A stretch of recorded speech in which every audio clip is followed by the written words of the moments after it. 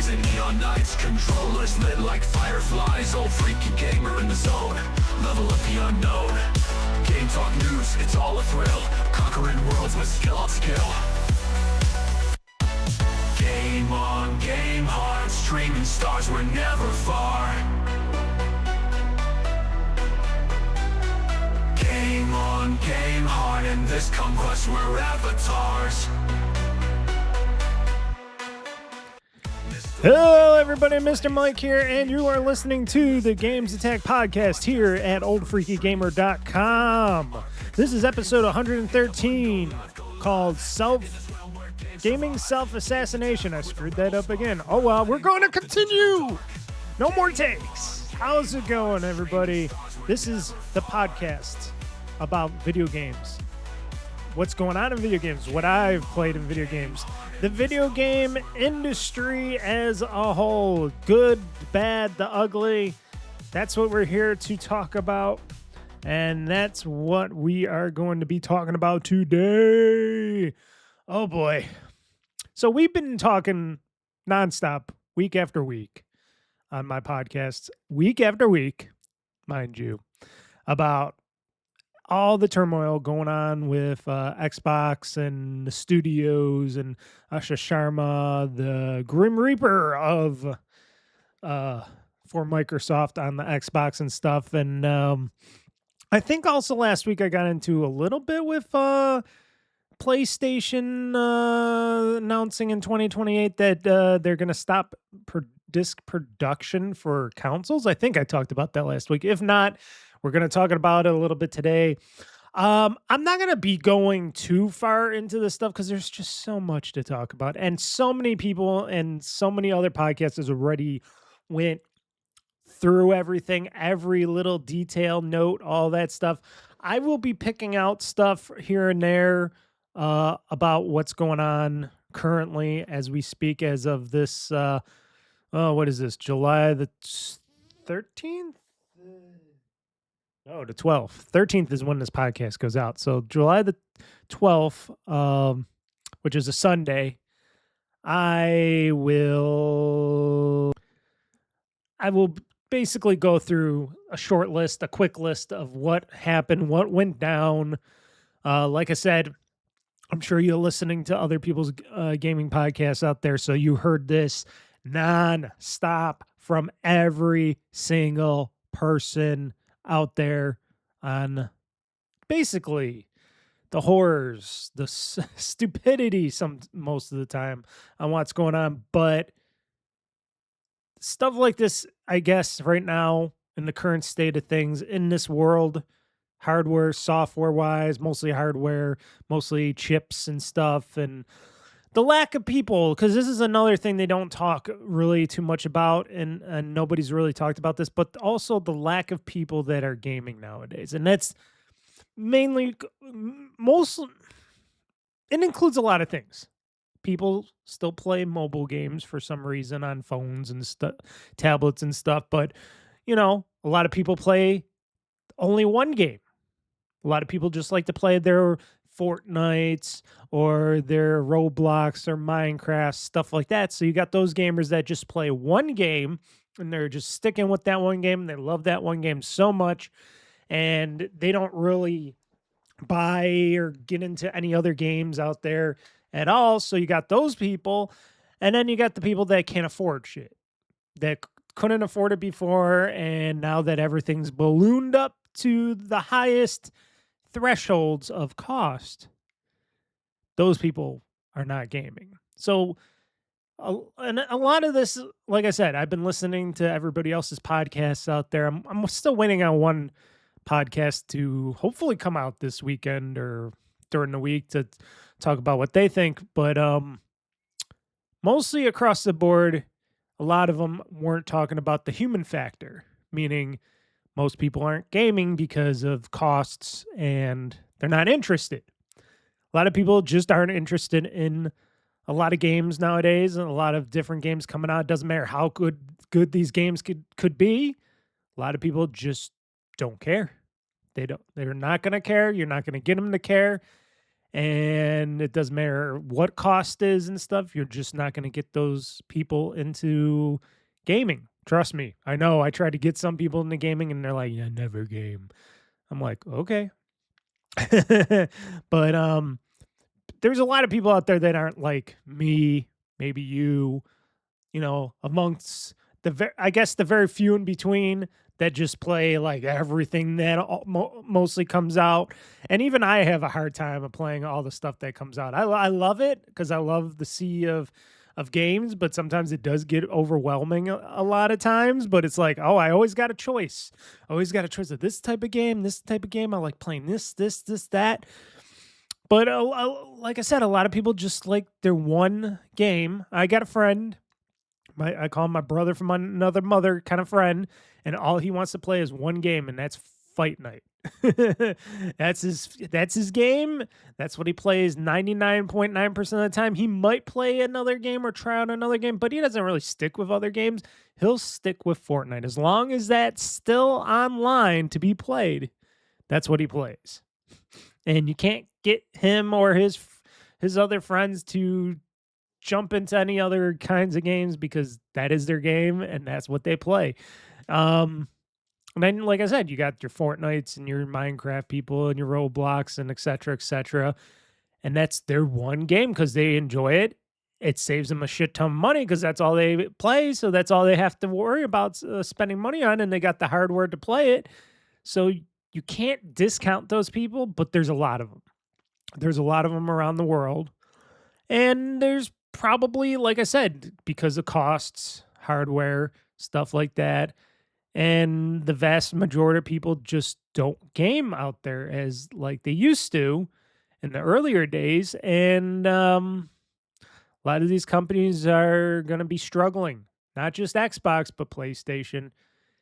Nintendo might be on that shorter end because they mostly strive for games more for families and younger people, still the children and younger families, so they still do that family fun thing. So, of course, families will buy their product at least for a while now, a little while not longer. You know, the Switch 2 is going up in price another another $50 or something in September or something. So it's not going to be that. It's already wasn't cheap enough for people, and it's going to just get more expensive.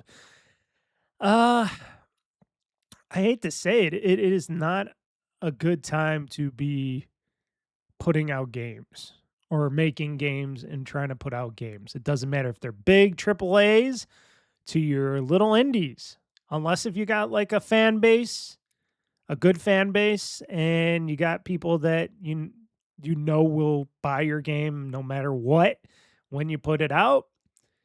It's going to be hard. It's going to be hard for a lot of people, especially going forward. It's going to be very hard and painful for people to make and put out games, if they even have jobs anymore in the market, because more and more people are laying off people. It's just not Xbox and with their so-called 3,200 layoffs that they are announcing that they're going to do.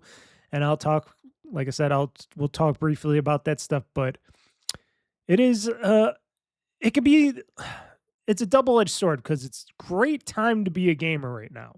If you have the stuff, like I got it. And I don't want to brag. I know a lot of people like to brag. I just got this. I got that. It's super expensive, but I got it. Me, I'm always thankful and lucky of what I can buy and get. And me owning a Series X console, so I'm still good.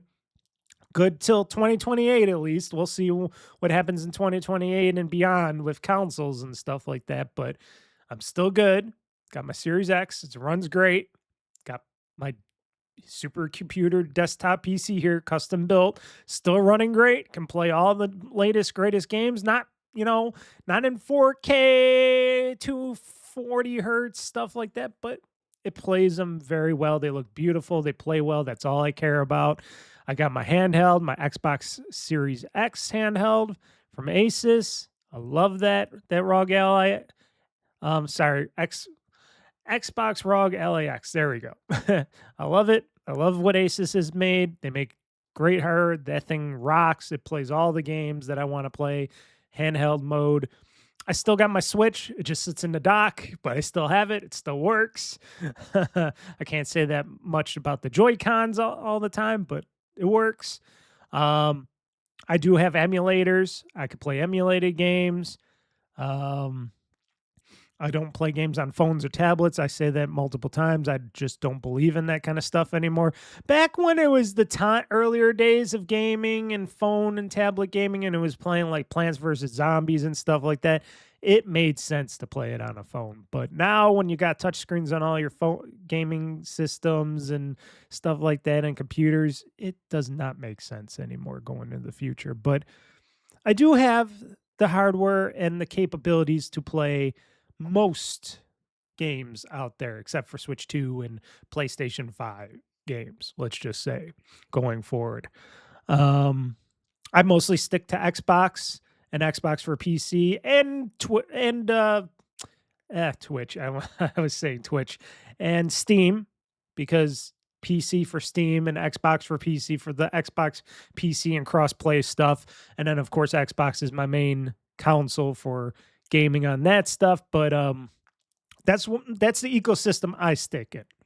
And that's just because of, that's where I've been with the Team Xbox for a while now, and I'm still sticking with it, even with all the bullshit going on behind the scenes. I'm still going to support Xbox no matter what happens, survives, dies, spins off, whatever, because I do like the games that come out of those studios. I do like the sales that I get from games and stuff. And plus, like I said, getting those Microsoft reward points. I keep telling people this, and I keep saying this like a broken record. You earn those Microsoft reward points super fast. You can get lots of money off of games. Like I said, we'll find out coming November, before November, what is it, 18th, 19th, before GTA 6 comes out. I will let you know how much I earned, because right now I think I got like almost $20 in Xbox reward points for, Xbox gift card. I bet you that I will be paying only, because I was thinking, should I get the $100 edition? Even though I don't really need to, but I'm like thinking, well, maybe there could be some stuff I might want to do in it and stuff. But then I'm still thinking, maybe I should just stick with my guns and get the $70 edition. If I do that, I bet you, with no shadow of a doubt, that I will be only paying minimal dollars, like $20 or less for GTA 6.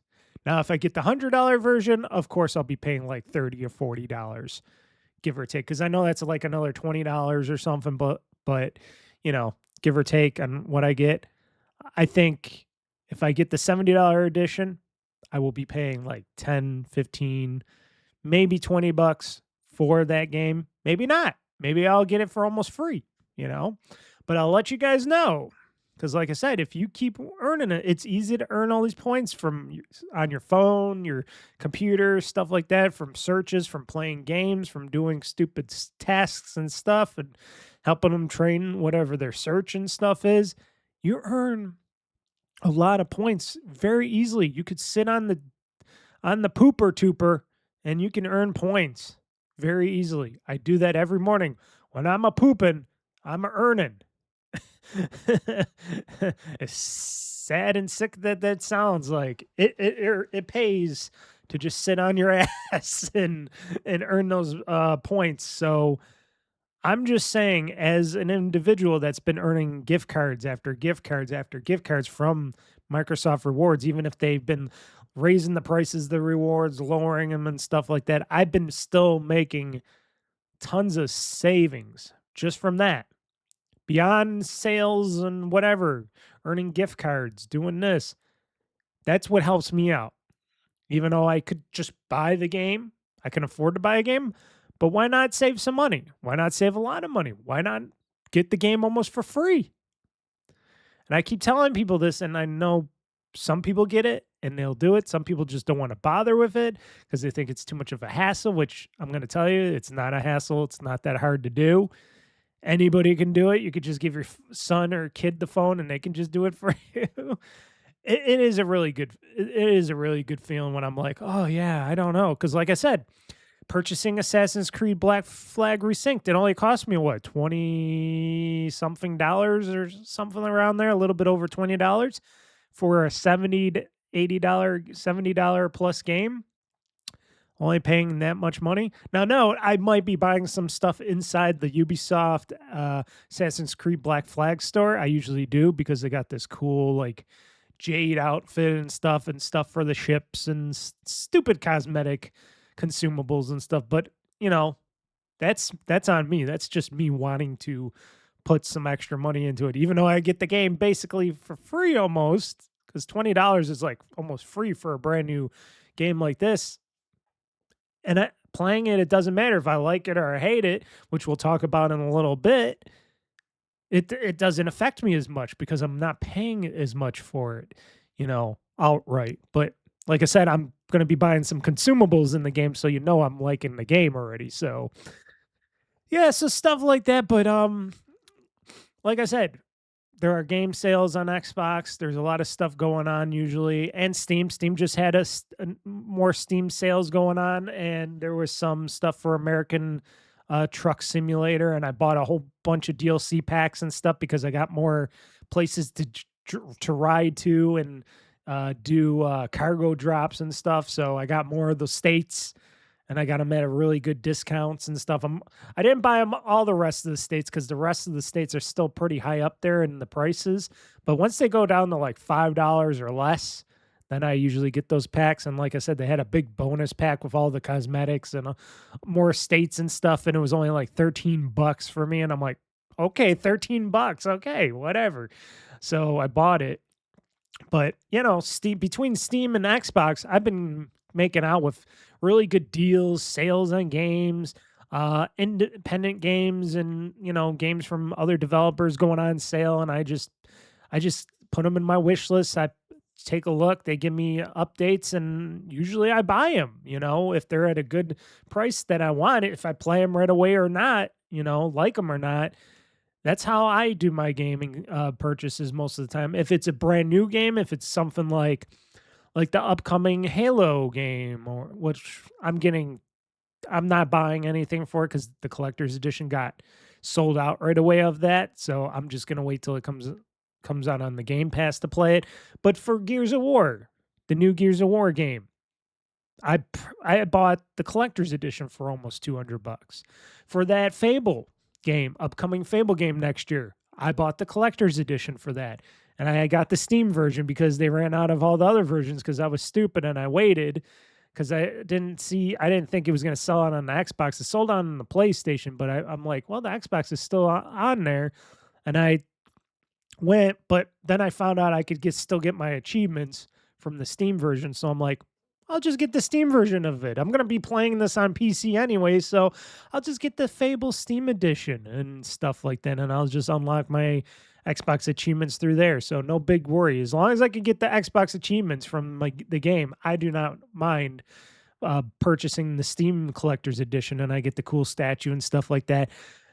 That's what that Xbox game store is pretty cool of, having those little collectibles that I can buy and stupid stuff like that. That's going to be, if Xbox and stuff like that continues to I don't know. You would think they would promote more heavily in that store because they can make some really good money off of the merchandise in that store because there's some really good Xbox game goodies that they've been touting. There was something I was looking at. They had this Halo thing with the skull or something. I was looking at it, I was like, well, it's only like $40, but I didn't think I was going to get in. And then it sold out. That sold out right away because people really wanted that. And I'm like, holy shit, things are just selling out like crazy on that store. So I don't know, but yet people are not buying the games like they used to. They're not doing that. But like I said, for me, for cost savings, but still being able to play all the games, you know, that's what Game Pass is still for. If that survives, which I'm thinking it's going to survive one way or another, if it changes or not, because it's not like, we'll talk about this later. I don't think they're going to ever get rid of it because even though they're not having the many subscribers for it, they're still getting revenue coming from it, which they cannot do anymore in the future because of who's going to be paying to play online in the near future when they go like multi-platform kind of thing with the Helix, where it's both an Xbox and a PC. They cannot rightfully charge an online subscription anymore, and there's no more Xbox Live anymore. Technically, that's all built into Game Pass and stuff like that, all the Game Pass tiers. So it's going to be kind of interesting on what they do with that stuff. But that's what I do. I don't know what PlayStation gamers do. I know they complain a lot because there's usually not as many sales on the PlayStation side as I hear. Now you can if you're watching this on YouTube, or if you're not, please leave a comment about that. If you're a PlayStation head, do you get a lot of sales on the PlayStation side for games and stuff and content? And do you get ways to save money on your games and stuff like Xbox and Steam does? Or do you guys not rarely get that stuff? Because I know they take away a lot of stuff, but let me know if they give you any sales. And we all know Nintendo don't really do sales. No. They might do sales on little third-party games and little indie games and stuff, but they don't do that. They don't do the sales. They don't do that. Yeah. Nintendo don't need to do no sales. No, they don't believe in that. But anyways, let me know. Let me know in that. Let me know in the comments under the video if you're watching the video version of this podcast.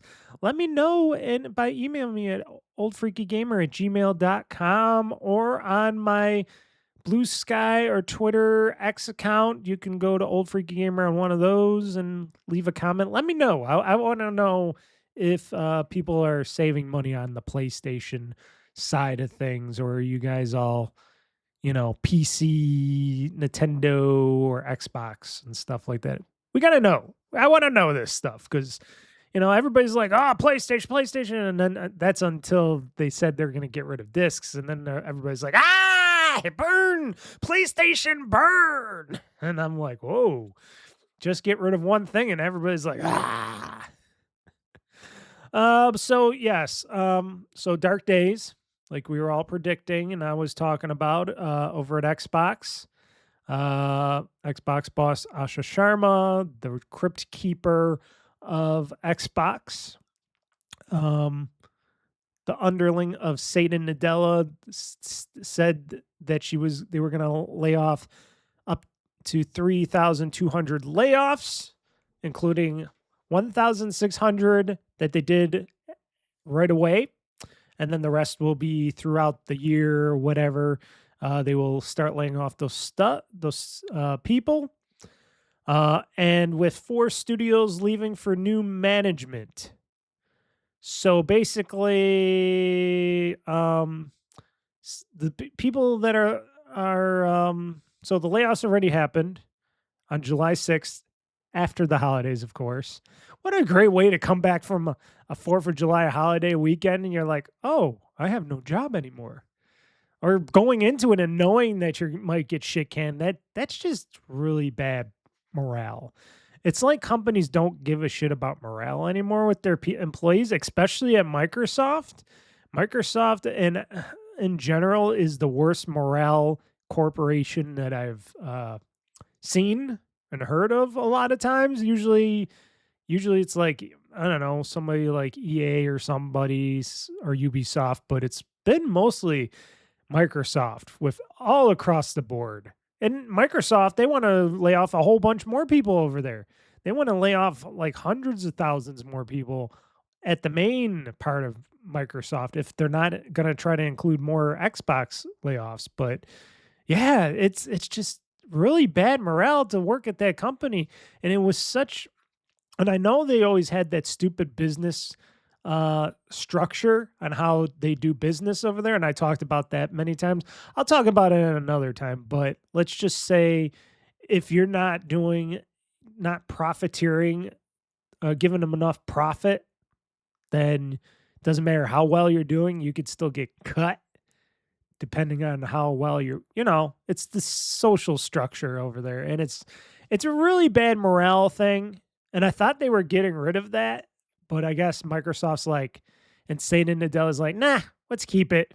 Let's keep going forward with this morale thing. And it doesn't help when it's all morale or it's all AI based bullshit that they want for their numbers and profits and stuff. And that's never going to happen until it's too late for them. And then they're like, oh shit, we're done because we fucked ourselves in the ass so many times that there is no more ass to fuck. Yeah. And you know what? If Microsoft gets fucked and kills themselves, or they, hey, I once was a Microsoft fanboy. I and I know a lot of good people all across all the platforms and divisions, and Xbox that'd be the worst thing ever, but they did it to themselves. Microsoft corporate did it to themselves. They're doing it to themselves now. And if they don't turn that ship around, they're just hitting that iceberg. They're just going to sink that ship. All that trillions of dollars net worth that they think they're worth is going to go right down into the water, into the sea. And you know what? I hate to say it. I would not bat an eye. I'd be like, slow clap for that. Because you know what? If you're not going to try to make things better and try to get things working better in a corporation, well, then you don't deserve to be a corporation anymore. I'm sorry. You should lose everything. I don't know. If you're doing stupid, bad things, that should all, and it's the worst thing because it seems like Microsoft is the main corporate entity that is listening to their shareholders more than other corporations. Like you got Disney and stuff like that. They don't listen to their board of directors or their investors as much. And it seems like for some reason for Microsoft, they listen to them. Is it because Satya Nadella doesn't own that much stake in Microsoft, so he doesn't have that kind of power or what? It's weird. Like some corporations, the CEO and the people are actually running the companies, and they're like, yeah, we'll throw you a bone sometimes for the, investors, or investors complain. And they're like, yeah, we understand, but we're still going to keep doing this.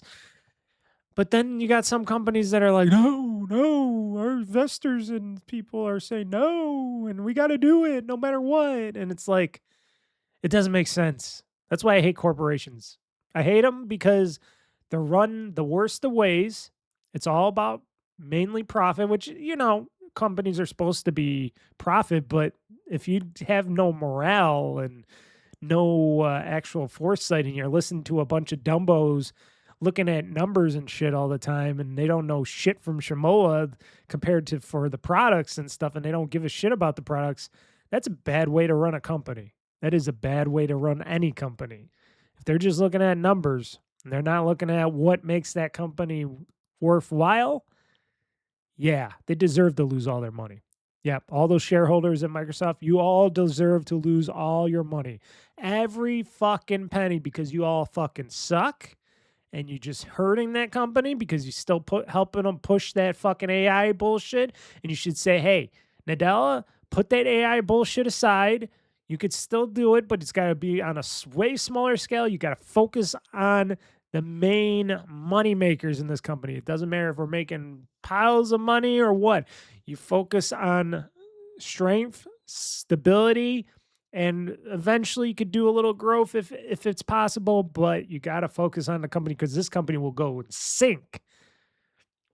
And I've seen it before. We've seen many companies and corporations, mighty big ones, fall, We can name one. We can name Intel. They used to be super big. They used to be the biggest.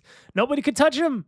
And then look at them now. They're scraping by, even though I got some stock in them because I think they might make a rebound from some stuff that they're doing, but we'll see on that. But still, they faltered. They were the big boys. And then now AMD's eating their lunch. Broadcom is eating their lunch. NVIDIA is eating their lunch. And everybody else is eating their lunch. And it's like, wow, what the mighty have fallen. How the mighty have fallen. That is the quote. The mighty have fallen.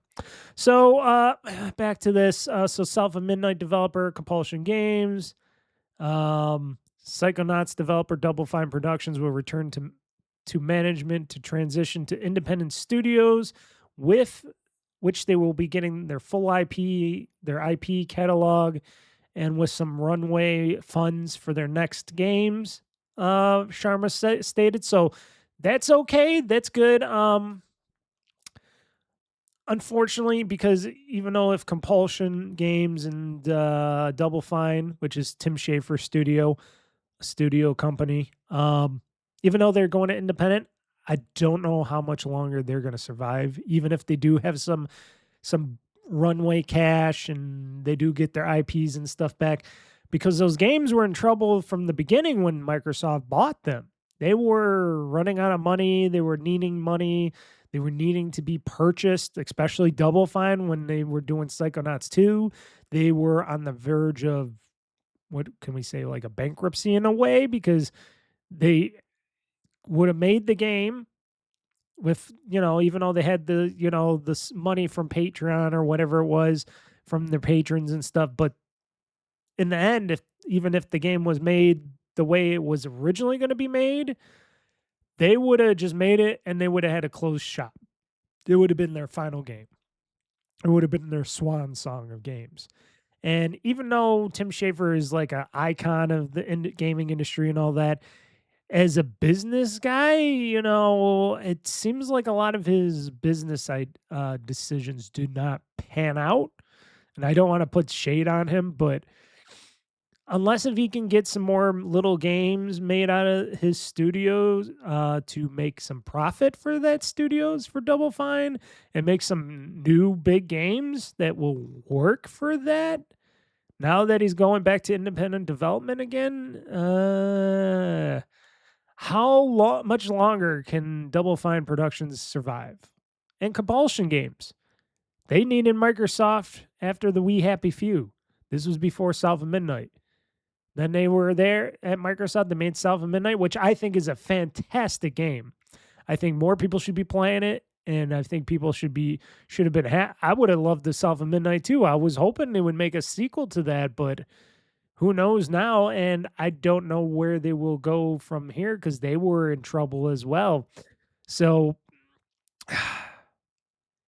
and they don't even have the catalog and IP as like Double Fine does, and it's just sad that these companies that bring a lot of interesting games and gameplay are going through this at this time, even though they're getting their independence back and Microsoft is giving them their independence and all that stuff, which is great because how many other companies out there let people take their studios and go back independently after they get purchased them earlier and stuff and giving them some money on top of it? How many studios, how many actual game corporations, would Sony ever do that? No. Does EA ever do that? Fuck no. They just absorb everything in and tear them apart, and those studios are no longer those studios anymore. You had Westwood Studios, that was the Red Alert Studios.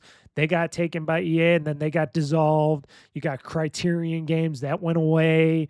A whole bunch of great, game development companies just demolished by EA.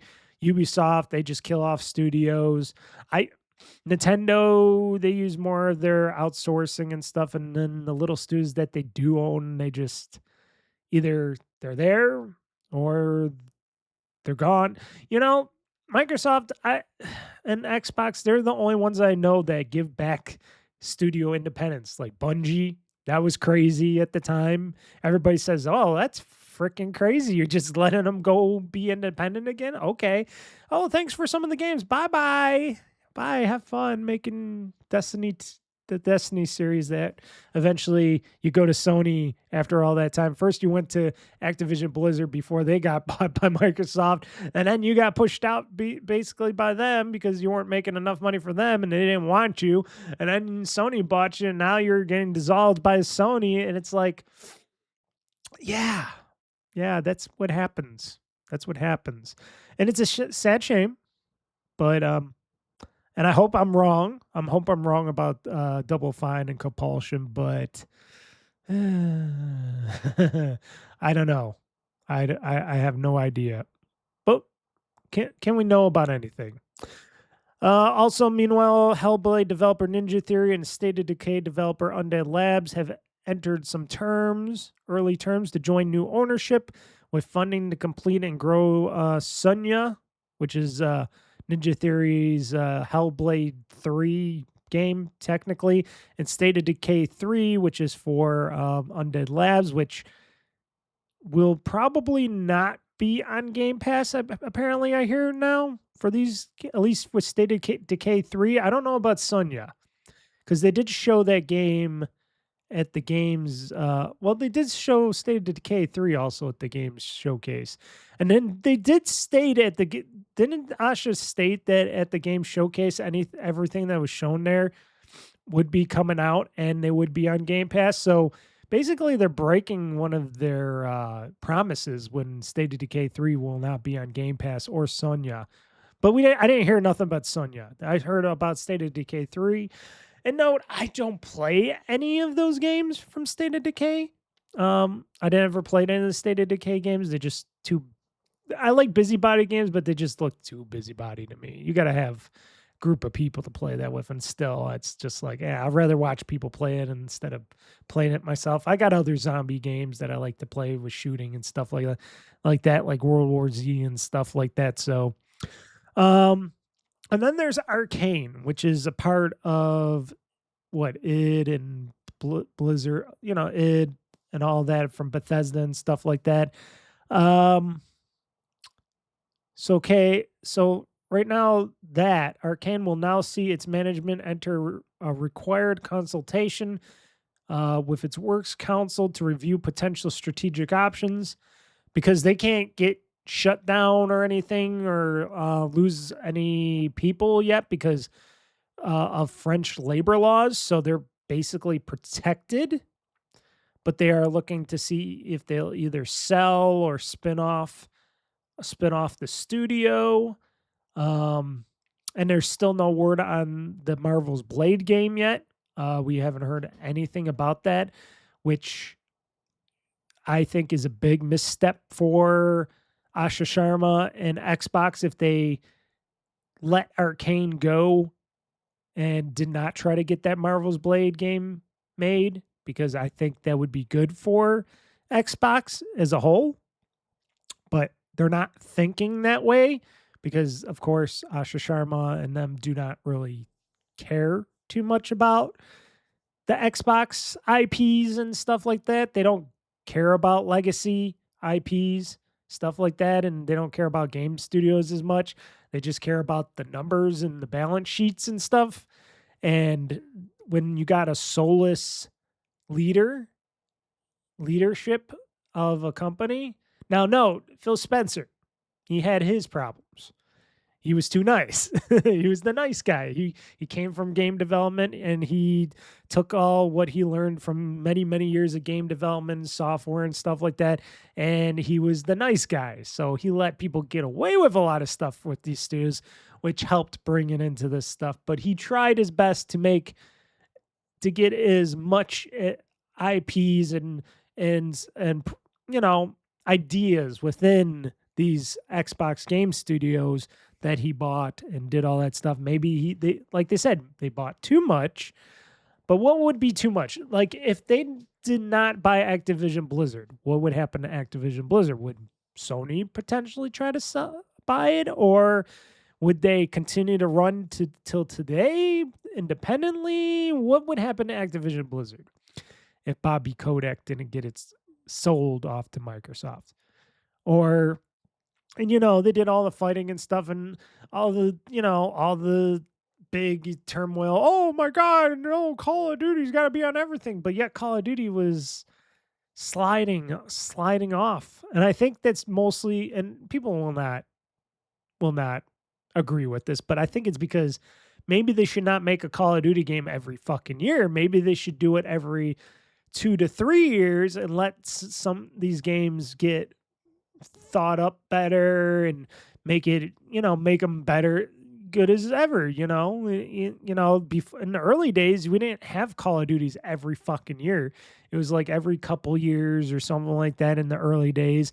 and they were fantastic Call of Duty games. Now they're trying to push one fucking out every damn year, like they're fucking bunny rabbits having sex every day, and they're just popping out kids, and these kids are just little bastard kids that maybe some people will like, some people won't, and it's just a bad way to do business when you're just overstimulating the marketplace with a bunch of crap, and that's why that franchise is not as strong nowadays. And I guess Microsoft and Xbox still don't get that, and or at least they don't get it. I don't know. I don't know if they're even. I know now Asha Sharma and all them are doing the decision making, but you would think they would think maybe we shouldn't be putting out key franchises every fucking year if they're not doing as well. Maybe we should, leave a little lasting thing so people can get a little hungry for the next thing. But what do I know? I'm not no game. I'm no game owner or expert, let's just say. But yeah, Phil was a little too nice. I can admit that, but he was good. He had ideas. He had a lot of praise for the game industry and the makers that make those games, and it's just sad on how it's all going. And like I said, a few of those studios are getting either bought out by third party people unknown to who they are yet, and some are getting their own independence back. And at least, like I said, at least for the people that get their independence back and allowing them to leave and not just get dissolved or just shut down completely like they did with some studios. It's an outcome, as it says in the VGC here. They state it's an outcome that preserves our history. And then I guess game studios thank Xbox for allowing them to leave.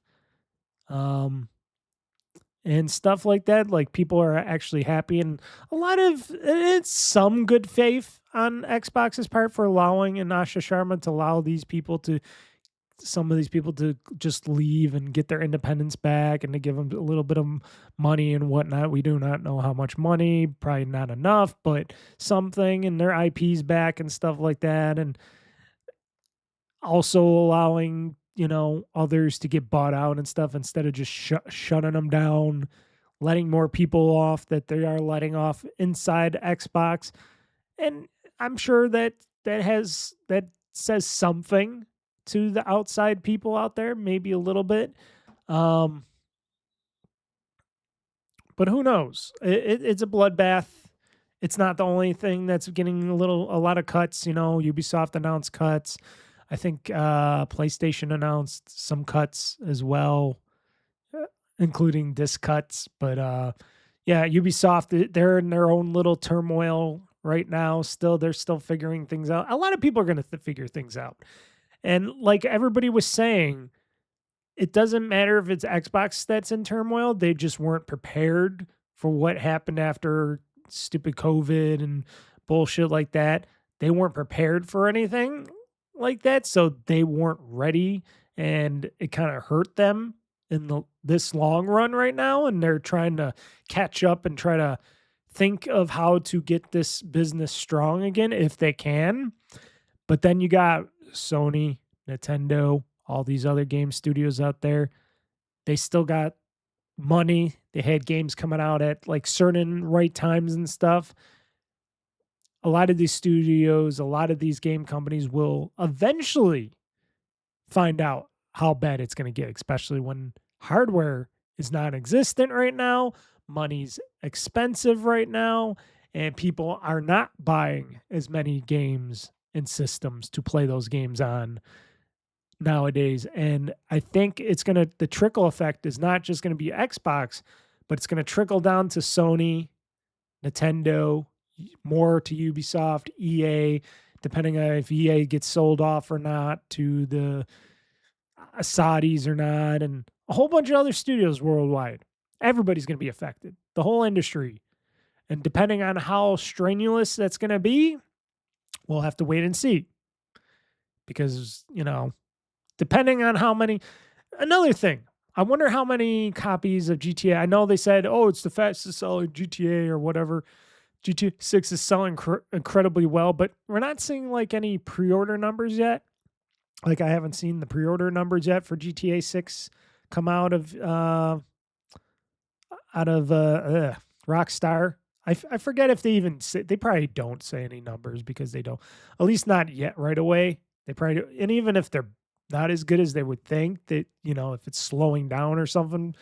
Because first off, I said, why should you pre-order right now if you can wait till you can get some like gift cards or whatever to pre-order the game? Because it's digital, so it's not like they're gonna have finite amount of copies of GTA 6 when it comes out. It's gonna be just pure digital, so it's not like people have to rush out and pre-order that game right away because they're not gonna run out of copies. But I wonder how the overall, when it does launch, I wonder how many copies of GTA 6 actually sells between Xbox, PlayStation, because that's the only two places you can play it. Can't play it on a Switch 2, and you definitely can't play it on PC. So I would be very interested, very, very interested to see how well that sells. And if it doesn't sell as well as they would want it to, I wonder if parent company Take-Two would go into, I don't know, double down remote. They would start bringing down the raft to Rockstar Games and going, hey, you guys better get that freaking PC game version out sooner than later, because our shareholders want that money. Because shareholders are going to be like, come on, Take-Two, where's all that money you promised us from the GTA sales? And if they're not selling to this, what they want, they're going to say, you're going to have to bring that on PC sooner than later. We don't care about what you think. We don't care about your little whininess of, no, we put it out when we want to put it out. We want to wait. Because like I said, Rockstar usually likes to wait on that stuff because they're paranoid, and Take-Two's going to say, we don't care this shit about your paranoia anymore. We own you. You put that game out on PC right away. Oh, and yes, there's that other console called the Switch 2. You better make a port of that as well for the Switch 2. We don't care how you do it. You get it done. So we could get those sales numbers up. I wonder if that would happen and how that would happen. But it's going to trickle down to everything. We're mostly talking about Xbox now because that is the biggest news. That's been the biggest news. It's never been good news. It's always been big bad Xbox news going on all the time. And my hearts and prayers go out to all those people that lost their jobs and the future people that are going to lose their jobs. And my hearts and prayers go out to all the studios that gained their independence one way or another, or so-called maybe getting sold off. I hope you guys do good. I hope Mr. Schaefer does good. I hope they all do good. And I hope everything's good, because not everything's good at Microsoft. Talking about it, I guess Microsoft, Satya Nadella, Amy Hood, all the top people at Microsoft, the bean counters, the people that say, it should be this. I guess they were all expecting that Game Pass would have had 77 million subscribers by now, but it only has 30,000 or 30,000. Oh man, if it only had 30,000, oh fuck. That would be like, we might as well just close down Xbox. It only has 30 million subscribers right now, as Xbox boss admits the strategy has failed. And at the time when Game Pass came out, I know people still weren't really buying Xbox consoles and Xbox Series consoles, but I was always interested why people just didn't want to jump onto Game Pass, especially with all the promotions, all the dollar promotions, all the stuff. Because even back when it first came out, when it was a lot cheaper, it's still cheap. I'm still saying it's cheap because I use it for I get a lot of my games from it still. But when it first came out, it was super cheap. And I'm surprised that people just did not really want to jump on that bandwagon, even though it's meant you still get your games with gold. And when they still had games with gold, you still had your gold membership for online play and stuff with it. And then you got free first party games you didn't have to pay for, and you got all these other studios games coming to Game Pass. A lot of times, a lot of big games, a lot of good games, a lot of indie games. And I'm always wondering why aren't people wanting to get into Game Pass? What I have to say, what is wrong with gamers? But why didn't they figure Game Pass was good? Is it just because it wasn't on PlayStation and stuff like that? And because you get it for PC and Xbox for Game Pass, like Game Pass Ultimate, you get for both Xbox and PC, which is the best value for me. I just don't understand why people didn't latch onto this. And I bet it's because a lot of them were just going to PlayStation. Now, if Microsoft, Xbox could figure out how to get those people from PlayStation to Xbox, maybe when they keep doing this goodwill stuff, if they continue to do this goodwill stuff, if they can even do it, like with the whole disc thing where they're like, oh, we're trying to come up with a way where you can take all your old library of games, except for Xbox 360 and Xbox One games, at least for the moment. Take all your Xbox One and Series X and S game or X games and be able to digitize them, put them in your state machine, gives you a digital code, and you can have just a digital license to these games, and you can still keep the discs if you want, because this, that's what it is. Then I wonder if that goodwill will get people to want to buy a series, a future console, in the future for Xbox, something that will give them both, peace of mind, where Sony, they don't care because they're shutting down PS3 and Vita, the stores and stuff like that. They're getting rid of disc-based games. So is Microsoft, at least for now that we hear that Xbox is still getting rid of disc-based games. I would guess, because that's what they said, but I don't know. Who knows if the Helix is going to have a disc drive or not? I'm thinking not, but how else are you going to get your Series X and Xbox One games digitized, unless if you have the older console and then you're just digitizing them from that and it just goes into a digital license? I don't know yet. That's going to be something that's going to be interesting to me on going forward if they don't. But at least they can let you have that backwards compatibility so-called going forward, at least at the time being. When Sony's just taking away discs, they're not giving you a good way to get those discs digitized. They're not giving you your content. They're taking away more content because people believe that they can buy movies on the Sony PlayStation Store and think that they own them forever, which, no, that's just an extended license. And that's a bad way to say it, because it should have just been said, hey, you're just purchasing an extended rental license for these movies. And that's what it should have said, not purchase the movie. It should be a purchase an extended license. But they didn't even say that. And now they're getting a lot of flack on them because they're doing all this bullshit now because they don't want to do it when the console comes out, whenever their next PlayStation comes out, because they don't want people to be pissed at them. But I wonder if maybe some of their bad will might get Xbox some goodwill, where people might slowly come back over or go over to Xbox a little bit more, because at least they're going to try some stuff, even though they're laying off people, closing studios, making some stupid moves over there still, but they're trying to fix things. But here's the thing. Everybody's going to be doing the same things inside of PlayStation. They're doing the same thing with their studios. They're figuring out, we got to make some first-party games over here, even though we're still doing some service-based games, as I hear, and all we got is Wolverine and that Lafia game, that God of War Lafia. I forget.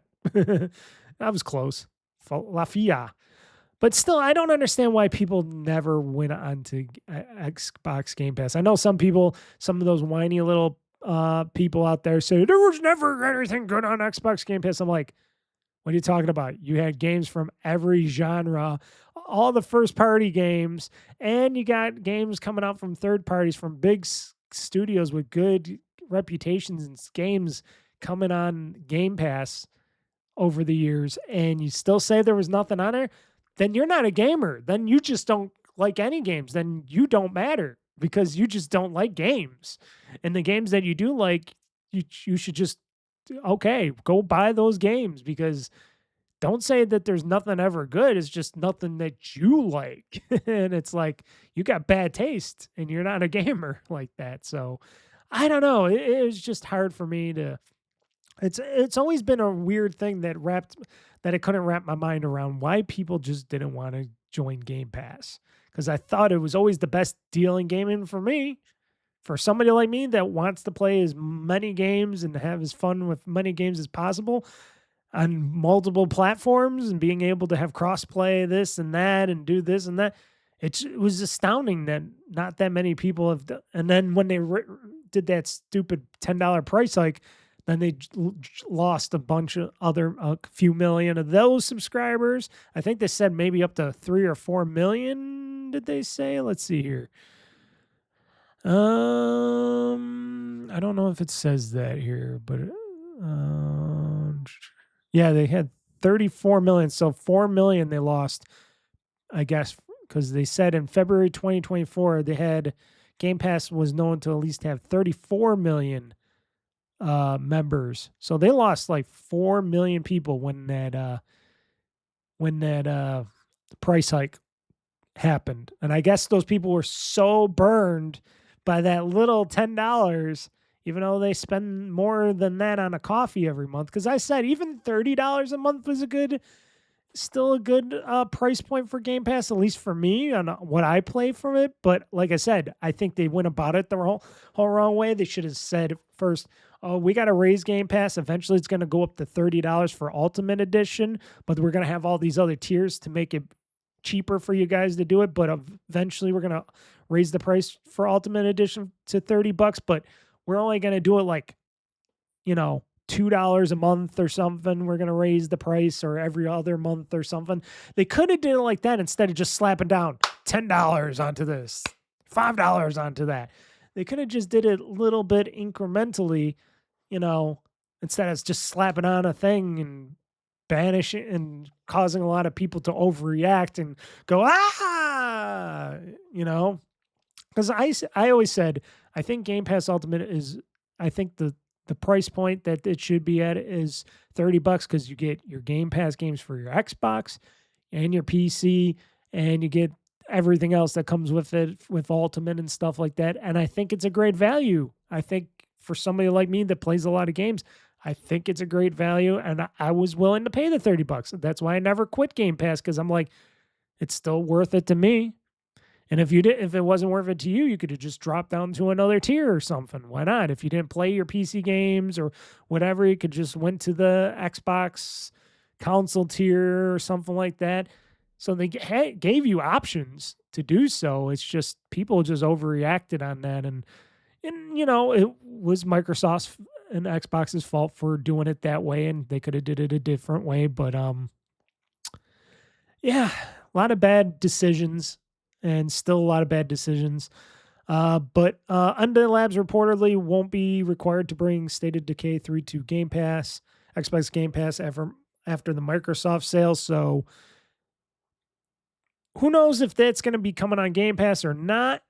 We'll see. That's been talked about. I already talked about that before.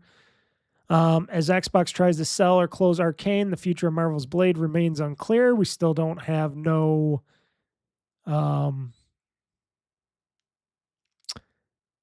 we don't have much any information except for the rumors of it that it's was suggested that it was delayed internally and that it was running over budget, which I can understand over budget, but I heard it was coming out really good, at least by Todd Howard standards. If you can accept his standards, because Todd Howard, his game standards nowadays, like Starfield failing to meet expectations, have been a little shaken.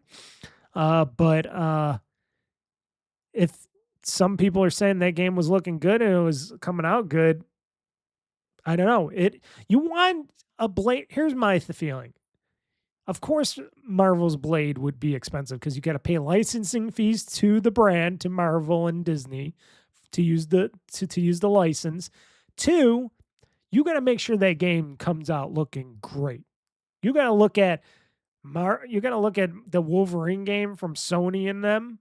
You got to look at those Spider-Man games. You got to do something that matches or does way better than those games ever do.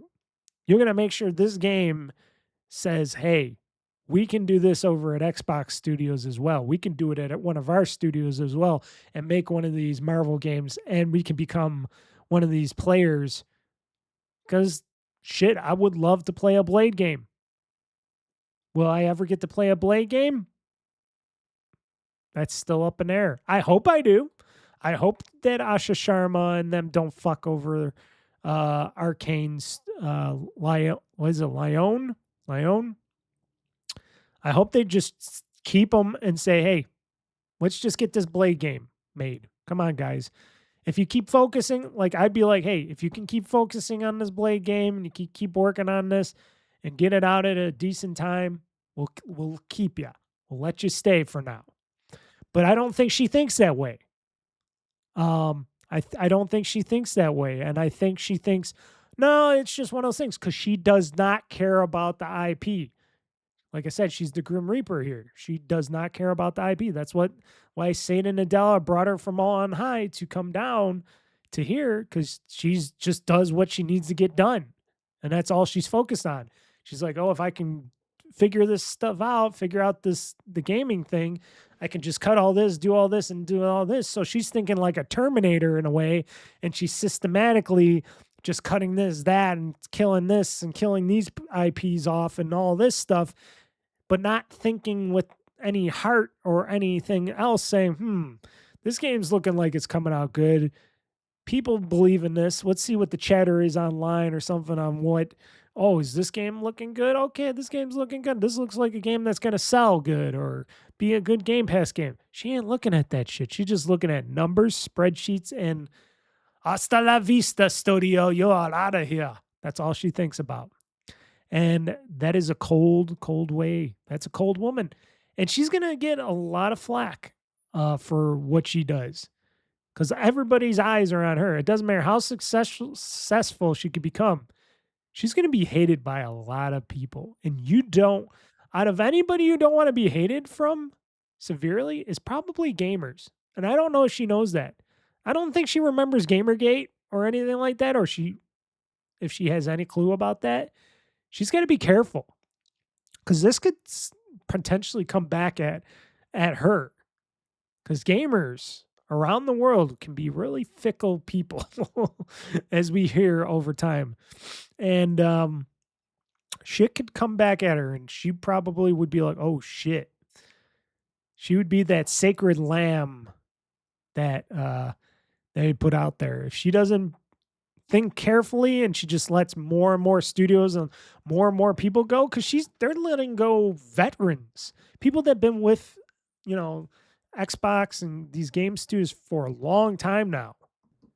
Yeah, she's got to be really careful because she could have some really bad karma coming back to her on that. And like I said, we've seen this before. Look at Don Matrick. Look at a lot of other people that were out there that they fucked up. And guess what? They lost their jobs. They were gone. You don't hear from Don Matrick anymore. They make jokes about Don Matrick. He's probably in a bunker somewhere. A lot of other people hiding out because of the gaming industry and stuff and people. You don't want that kind of blood on your hands. You want to do it the right way. And like I said, Satan Nadella, he don't give a shit about Xbox. He never did. He wanted Xbox to go away a long time ago. He was trying to get rid of it the day he became CEO, like he did with Nokia and stuff. He's like, I don't get the Xbox thing. He was ready to get rid of that before Phil Spencer and them said, no, let's try to keep this going. It's still making money for the company. But he wanted real money. He wants that real stuff coming in. He don't care about regular money and hearts and dreams and stuff and keeping Microsoft a company where people would basically like. No. He wants cold hard cat. It's got to be the numbers. The numbers. Which eventually the numbers will be zero because nobody will want to buy your shit and your products ever again, Microsoft. Let's see here. So some of the biggest blunders, which we've all been saying, and when I heard this, I'm like, boy, that was stupid. And it's like, did she know who this person was? Do they know who these people were? Are they just picking random numbers or whatnot? It's like, what kind of sense and who is doing the sense work here? So apparently, one of the blunders that they let go, Microsoft's layoffs included a 37-year veteran behind Xbox backwards compatibility. LaChapelle is the latest high-profile name to depart Microsoft. One of the lead developers behind Xbox's backwards compatibility initiative, a 37-year veteran in Microsoft, has been laid off. Kevin LaChapelle, who until this week served as vice president of Xbox platform, took to LinkedIn to confirm he's been laid off, a part of Microsoft's widespread restructuring. And he was the guy that did the Xbox compatibility, backwards compatibility program. That sounds stupid. That sounds like her and her team did not look at any of these people and see what they do and how they work, because that sounds really dumb, especially if you want to keep backwards compatibility going in the future and whatnot. Why would you lay off a guy unless because this guy makes too much money, which I'm thinking that's also the whole spreadsheet thing. Well, this guy's 37 years. We can find somebody else to do this backwards compatibility thing. Some young rookie could figure this stuff out, I'm sure. Blah, blah, blah. He's been here 37 years. I'm sure he wants to retire anyways. Let's lay him off. He's making too much money. We're paying him way too much money. And then, boom, because that's what businesses do. That could probably happen in my business. If I make too much money, if my business wants me gone, they can just let you go from that. It's a bad thing. It's a bad thing, but it could happen. So I wonder if that's one of those reasons. You know, a lot of these veterans, like from id and everybody that got laid off also from Microsoft and these layoffs and stuff. I wonder if it's just because they made too much money and Microsoft's like, well, we could get new people coming in here, hire new people that know some stuff and we can pay them less money. But then they forget, oh, these people have the knowledge on what's going on in not just the company, but on the product that they're working on, that they have the knowledge to know how this thing works and how to fix it or make it better or do this or that. These new people aren't going to have that knowledge. These new people are not going to be able to figure out as fast. Now, if they had left these people on for a time period and trained new young comers to do it and then eventually laid them off, it'd still be a bad thing, but it would at least be sensible and something that makes sense. But what we're hearing here, that this stuff don't make sense, especially all the people that were at id. Now it's like more of a support studio or something now, and they just released the DLC for Doom, the Dark Ages DLC, and they just got laid off a whole bunch of their studio. And those people were all super veterans there that know how to use the id IPs and id tech. Unless if they're hiring John Carmack back, which I'm sure he doesn't remember how to do. I'm sure he can figure it out, but the id tech engine, are you still gonna use that engine? Or are you guys all gonna go to Unreal, which we keep hearing more and more blunders from Tim Sweeney on the Unreal Engine 6 debacle that might kill their company or hurt their company because he just wants more AI bullshit and it's not going to help. And they're getting rid of some key components that I guess were things that helped developers make games way better and easier with Unreal 5. Bad decision making across the board, but still with id tech and all that, they got the technology, got some great. That id tech is really runs really good. It looks beautiful, and I always wonder why didn't they just make like all the studios run id tech? If you can make a lot of games, maybe you can use id tech to run and make most of these games like Halo and Gears and stuff like that. Instead of just Unreal, if they could use id tech and train everybody to use id tech, it's their own engine, their own game engine that Microsoft owns, and they could just save a fortune if it could do all the stuff. It could make racing games, this and that. I don't know. I'm just thinking, why? Why do they make stupid decisions? And a lot of people have been talking about, and I was thinking, well, why aren't they? Are they going to spin off Xbox? Is it going to become its own company, which would be probably something they should do? Asha Sharma should be looking into and trying to do more so.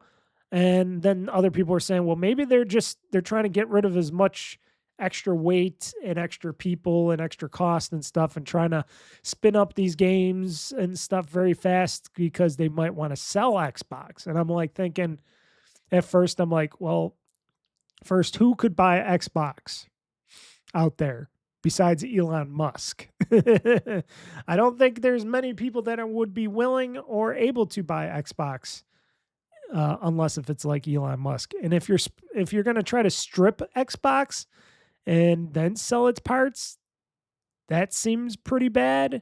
And then I'm getting news articles here from like IGN here saying there's a lot of doubt that Microsoft would be able to sell off Xbox in its entirety, even if it wanted to. But big companies may want to try to buy parts of it, which still seems like a bad thing. And that just says Satan Nadella just said up on high, let's just kill the Xbox brand. Let's just kill it. And if that happens, if that's something that goes down and they just chop off and they just get rid of Xbox entirely, then it's game over for Microsoft. Not only for the consumer stance, from the goodwill stance, whatever goodwill is left, I don't think there's much of it right now of Xbox in that company. But future, how about if the next CEO, if Satan Nadella doesn't continue to be the CEO? Because you never know. He might get pushed out or he might leave or something. But imagine down the road, Microsoft wants to get back into gaming again for the third time. Now, note, people say the third time, wasn't it just Xbox? No, remember, they had games for Windows before Xbox ever became a thing. Remember in the early days? And they kind of bust that. And then whatever games you had, you couldn't play because the service, they shut it down. And it was a blunder. I remember that blunder. I was very young, but I remember that games for Windows blunder. I had one of those games for Windows blunders game. And that was a blunder. And then, they made Xbox. They made it a thing. They got it to be where it is for the 360, and then not where it is now. Like it or hate it. But if they cancel this and they get rid of Xbox now and they sell everything off for parts, there is no going back. There will be never going back. Microsoft cannot form another gaming company. Nobody would. Nobody. And I would happen to say even game developers would say, no, fuck you, Microsoft. You already tried this. You had something going and you failed and then you fucked it up and you sold it all away or you've buried it all away and there's no third chances. You got your 2 chances already. They're gone. That second one, you had something, but you fucked it all up. And then your last CEO decided to kill it off, so you're done. There will be no third chance. It doesn't matter if they try to bring out something in the future or whatnot. There would be no third chance from Microsoft. If they decided to get rid of Xbox and the brand Xbox, there will be no third chances. They cannot resurrect from what they have done or what they are doing or what they could be doing. So they got to think hard. And I would hope some of these numbers dumbasses up there in Remington, Washington, including Satan Nadella, Amy Hood, whatever else on the board, and shareholders, think long and hard before you do more stupid stuff. I know you got to save some money, even though you don't really need to, but you're not going to kill off that one product or make that one product, shrink that one product that's really killing your whole company within because of the stupidity and stuff and your stupid decision making. But if you were to lessen the budget a little bit, get Xbox back on the feet and keep it running and try to get back that goodwill and hearts and minds and say to the gamers and the people, we had to do this. It's also communication. If they're not communicating really well again, and if you're not going to communicate well, or you don't want to communicate with the people that are buying your stuff, selling stuff to you to sell or give you stuff to sell, that's not a good way to do business. That's not a good way to keep the consumers and the morale going. Not that there's much morale left over at Xbox right now, and everybody else is fearing, are we next? Because remember, they got more layoffs to do in Xbox. So who's next? They got to just think, they should start thinking long and hard on what they do. And they got to stop firing people that are prime people to keep this business going. And I don't think they're thinking that way. And they got to start thinking that way. If they care, if they don't really care, if she don't fucking care, she should just say it right now and just at least admit it and say, hey, people, I don't really care. I'm just doing this as a job. It is my job to do this. This is a business. I'm thinking of the business first. And, you're all numbers on a spreadsheet. So there you go. At least if you admitted that, if she admitted that, we would all be like, oh, okay, there you go. But still, it'd still be horrible. But they got to, if they want to make this thing work, if she truly wants to make this thing work and make Xbox great again in its early heydays, you got to stop making hesitant, hasty decisions. I know you need money. Everybody needs money. It's just, you got to figure out how to get the Satan, Nadella, and the on high people to let you get more money, to let that business just be its business. Like I said, if we could spin off Xbox and make it its own company, maybe that would be better. Maybe that would be better. Like Google did to Google and Alphabet. And other companies do. Because it's just going to be hard times across the board anyway, so it doesn't matter if it's Xbox or it's PlayStation or it's Nintendo. It's going to be across the board eventually. It's just, how long is it going to take for the others to feel the pain across the board of what's going on now? Like I said, it's a bad time to be a game maker and a game developer, producer, stuff like that. It's still a great time to be a game player, at least for now. But if that stuff starts to dry up and things start going away, hopefully indie developers will still be around. I still play a lot of their games, and I still got a big backwards catalogs that I could still hopefully play in the future. But it's nothing's good. Nothing's good, but they got to have a plan. They have to have a good plan. If their plan is to get rid of Xbox, then they better be prepared for the backlash and the big zero that they're going to be seeing in their numbers going forward. Not only, like I said, gaming nation, gamers, doesn't matter if it doesn't matter. I don't even think it would matter even if it's PlayStation people or Xbox people or Nintendo people. I think they would all be in hatred of Microsoft if they got rid of Xbox. Doesn't matter if you're a PlayStation fanboy or Nintendo. I think they would all be hating on them if they're not hating on them already, being like, you dumb dimwits did what? Now you just killed Xbox? You guys are fucking stupid. And I think nobody would be buying anything from Microsoft. Doesn't matter if it's Windows, Office, or whatnot, because they cannot be trusted. That company cannot be trusted. And then when their whole AI initiative fails and they lose all those trillions of virtual dollars and their money and their piggy bank goes dry, and then they're like, oh, we care about the consumers again. We care about you. Come back to Windows. We're going to make a new gaming division. People are going to go, fuck you, Microsoft. And then they're going to be like, well, guess they're going under, and there goes the Titanic Microsoft going bloop, bloop, bloop, bloop, bloop. All that goodwill, all that finances, everything down the drain because of one AI stupid initiative. Instead of thinking better and doing better stuff, like I said many times before, if they would have just did the AI on the side and had its own little project, and it wasn't letting them try to take over the whole company because they're all I don't know, smoking something up in Remington, Washington right now, all those higher ups, thinking, oh, yeah, it's going to make us all rich. No, it's going to make you all out of jobs.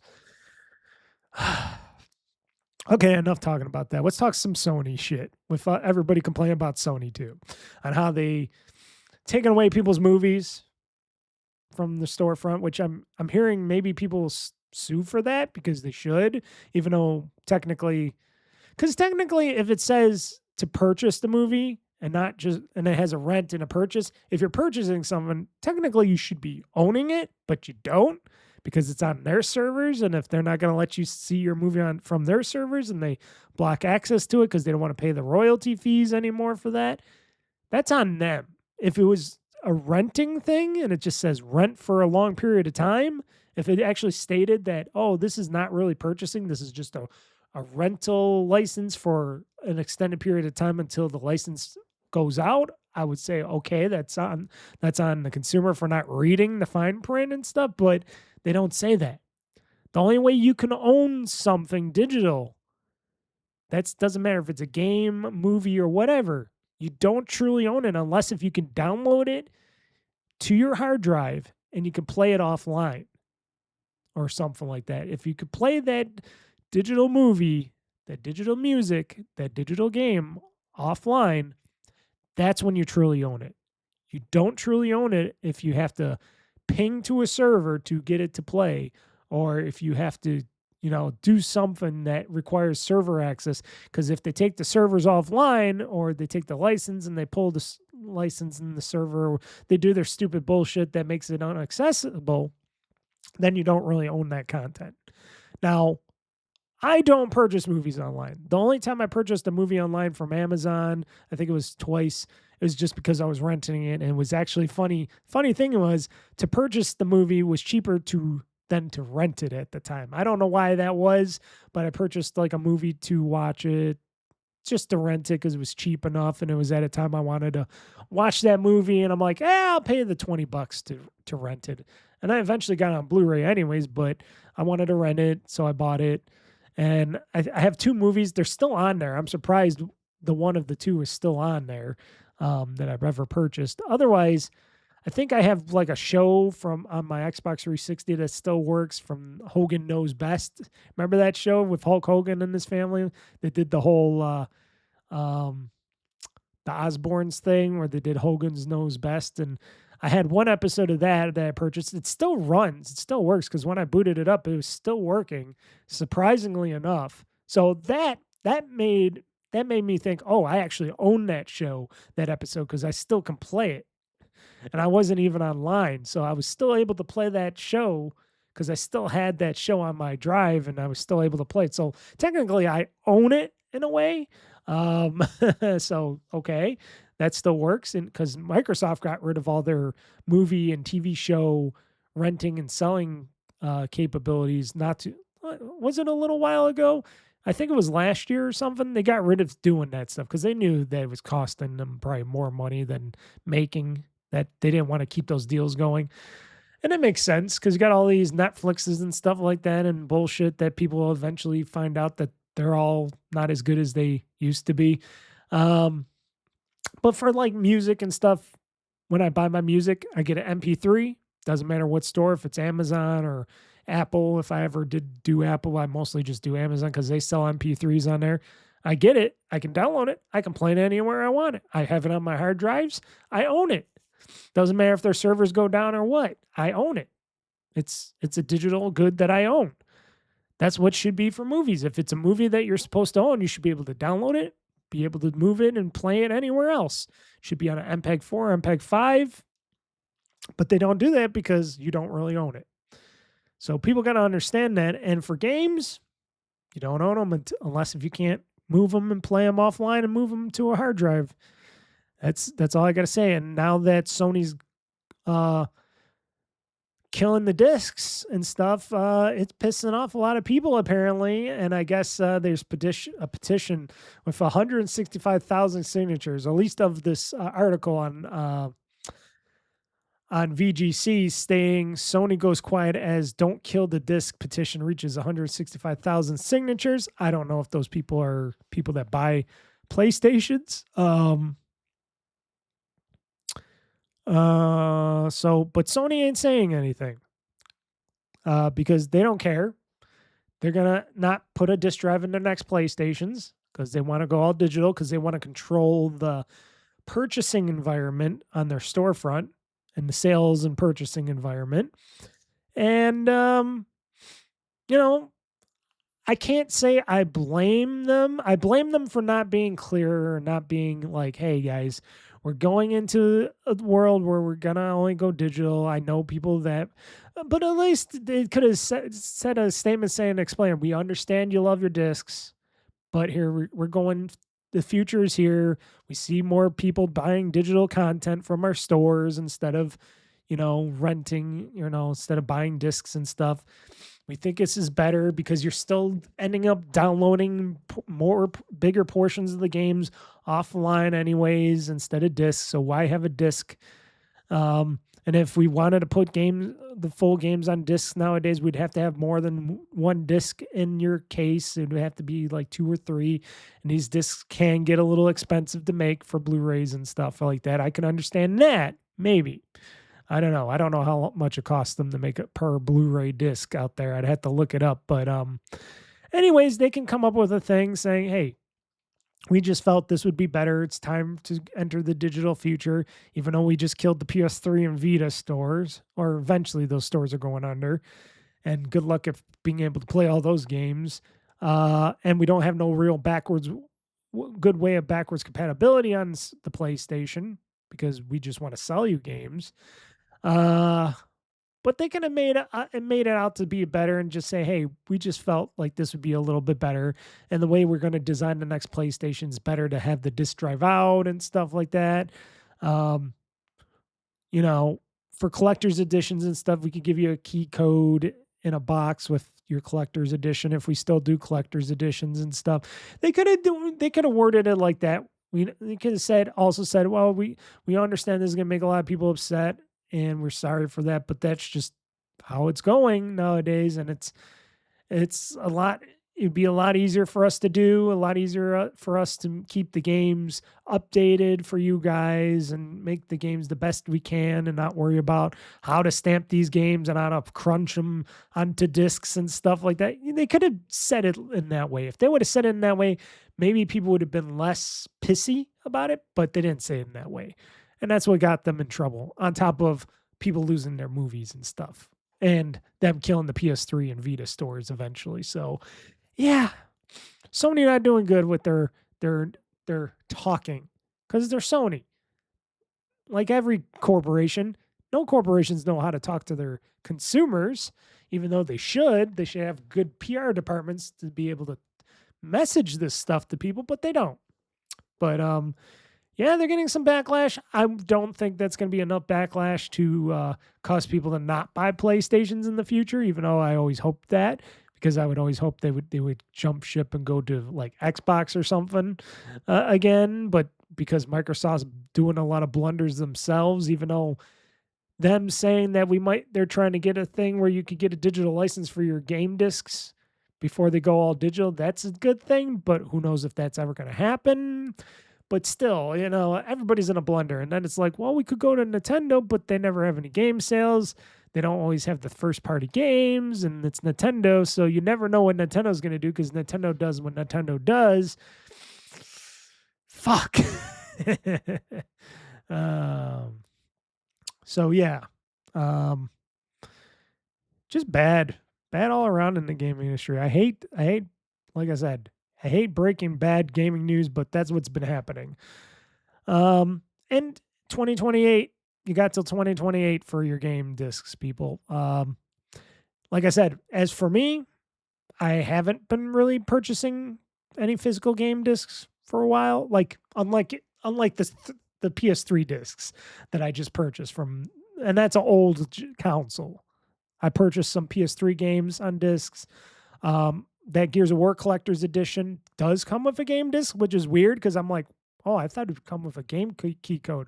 No, it actually comes with the disc, which I didn't really need. But I'm like, okay, I'll keep it all closed up in its container or whatever. But I was like, oh, I could just get a key code for this game for Gears of War, and it's like, no, you get a disc because the Steam one I get a key code because that's Steam and they don't do discs for Steam games. But yeah, I've been buying my games digitally for a long time now. I do miss the era of discs, but I also understand on how big and complex these games are that storing them on discs where they're not being played off of anymore, and that most of these discs are just game key codes anyways on disc, just makes sense. Why would I just buy that? I know a lot of people, and I'm one of them. I like to own I like to own the game physically most of the times because then you get the cool looking disc and the case and you look at it, you're like, I own this. Even if it doesn't play anymore in the future, I own this. This is cool looking. You can put it up on a shelf and stuff. So I do get that. I do get that because I am and was one of those people, but I also understand that games are getting more bigger and more technical, and it's just the way it's going, folks, if you like it or not. If you have the internet, it's great. If you don't, I understand it's going to suck for you 10 times full because you won't have the ability to download, update, and play these games. But that's how technology goes. It goes in that direction digitally because it's faster, easier, and more cost effective for these companies. And a lot of people say, oh, it doesn't hurt them that much when they make discs. Yeah, but it hurts the environment. It does cost them some money to run these companies to stamp these discs and ship them out, and to stores and do this and all the servicing they have to do behind the scenes about that. I do understand. And then it's like, well, if this disc is just a key code anyways, we're just wasting tons of plastic just punching out plastic and stuff like that. What they should do, they should offer this. Hey, you buy this game digitally. Do you want a little picture? We'll send you a little, not the case. We'll send you like a little plastic picture of the game art, box art. We could ship it to your house or something, or you could go to the store and buy this little plastic picture where it shows a nice high quality glossy, and you could just put it up on your shelf or something. How about that, folks? Would that work out for you? But it's a game key code in the back of it or whatever, or on the side it's like a little plastic photo folder thingy with a little game key card. Maybe that would work. I don't know. That'd be kind of stupid, but there you go. You get your album art and stuff like that. You could have it on a shelf at home.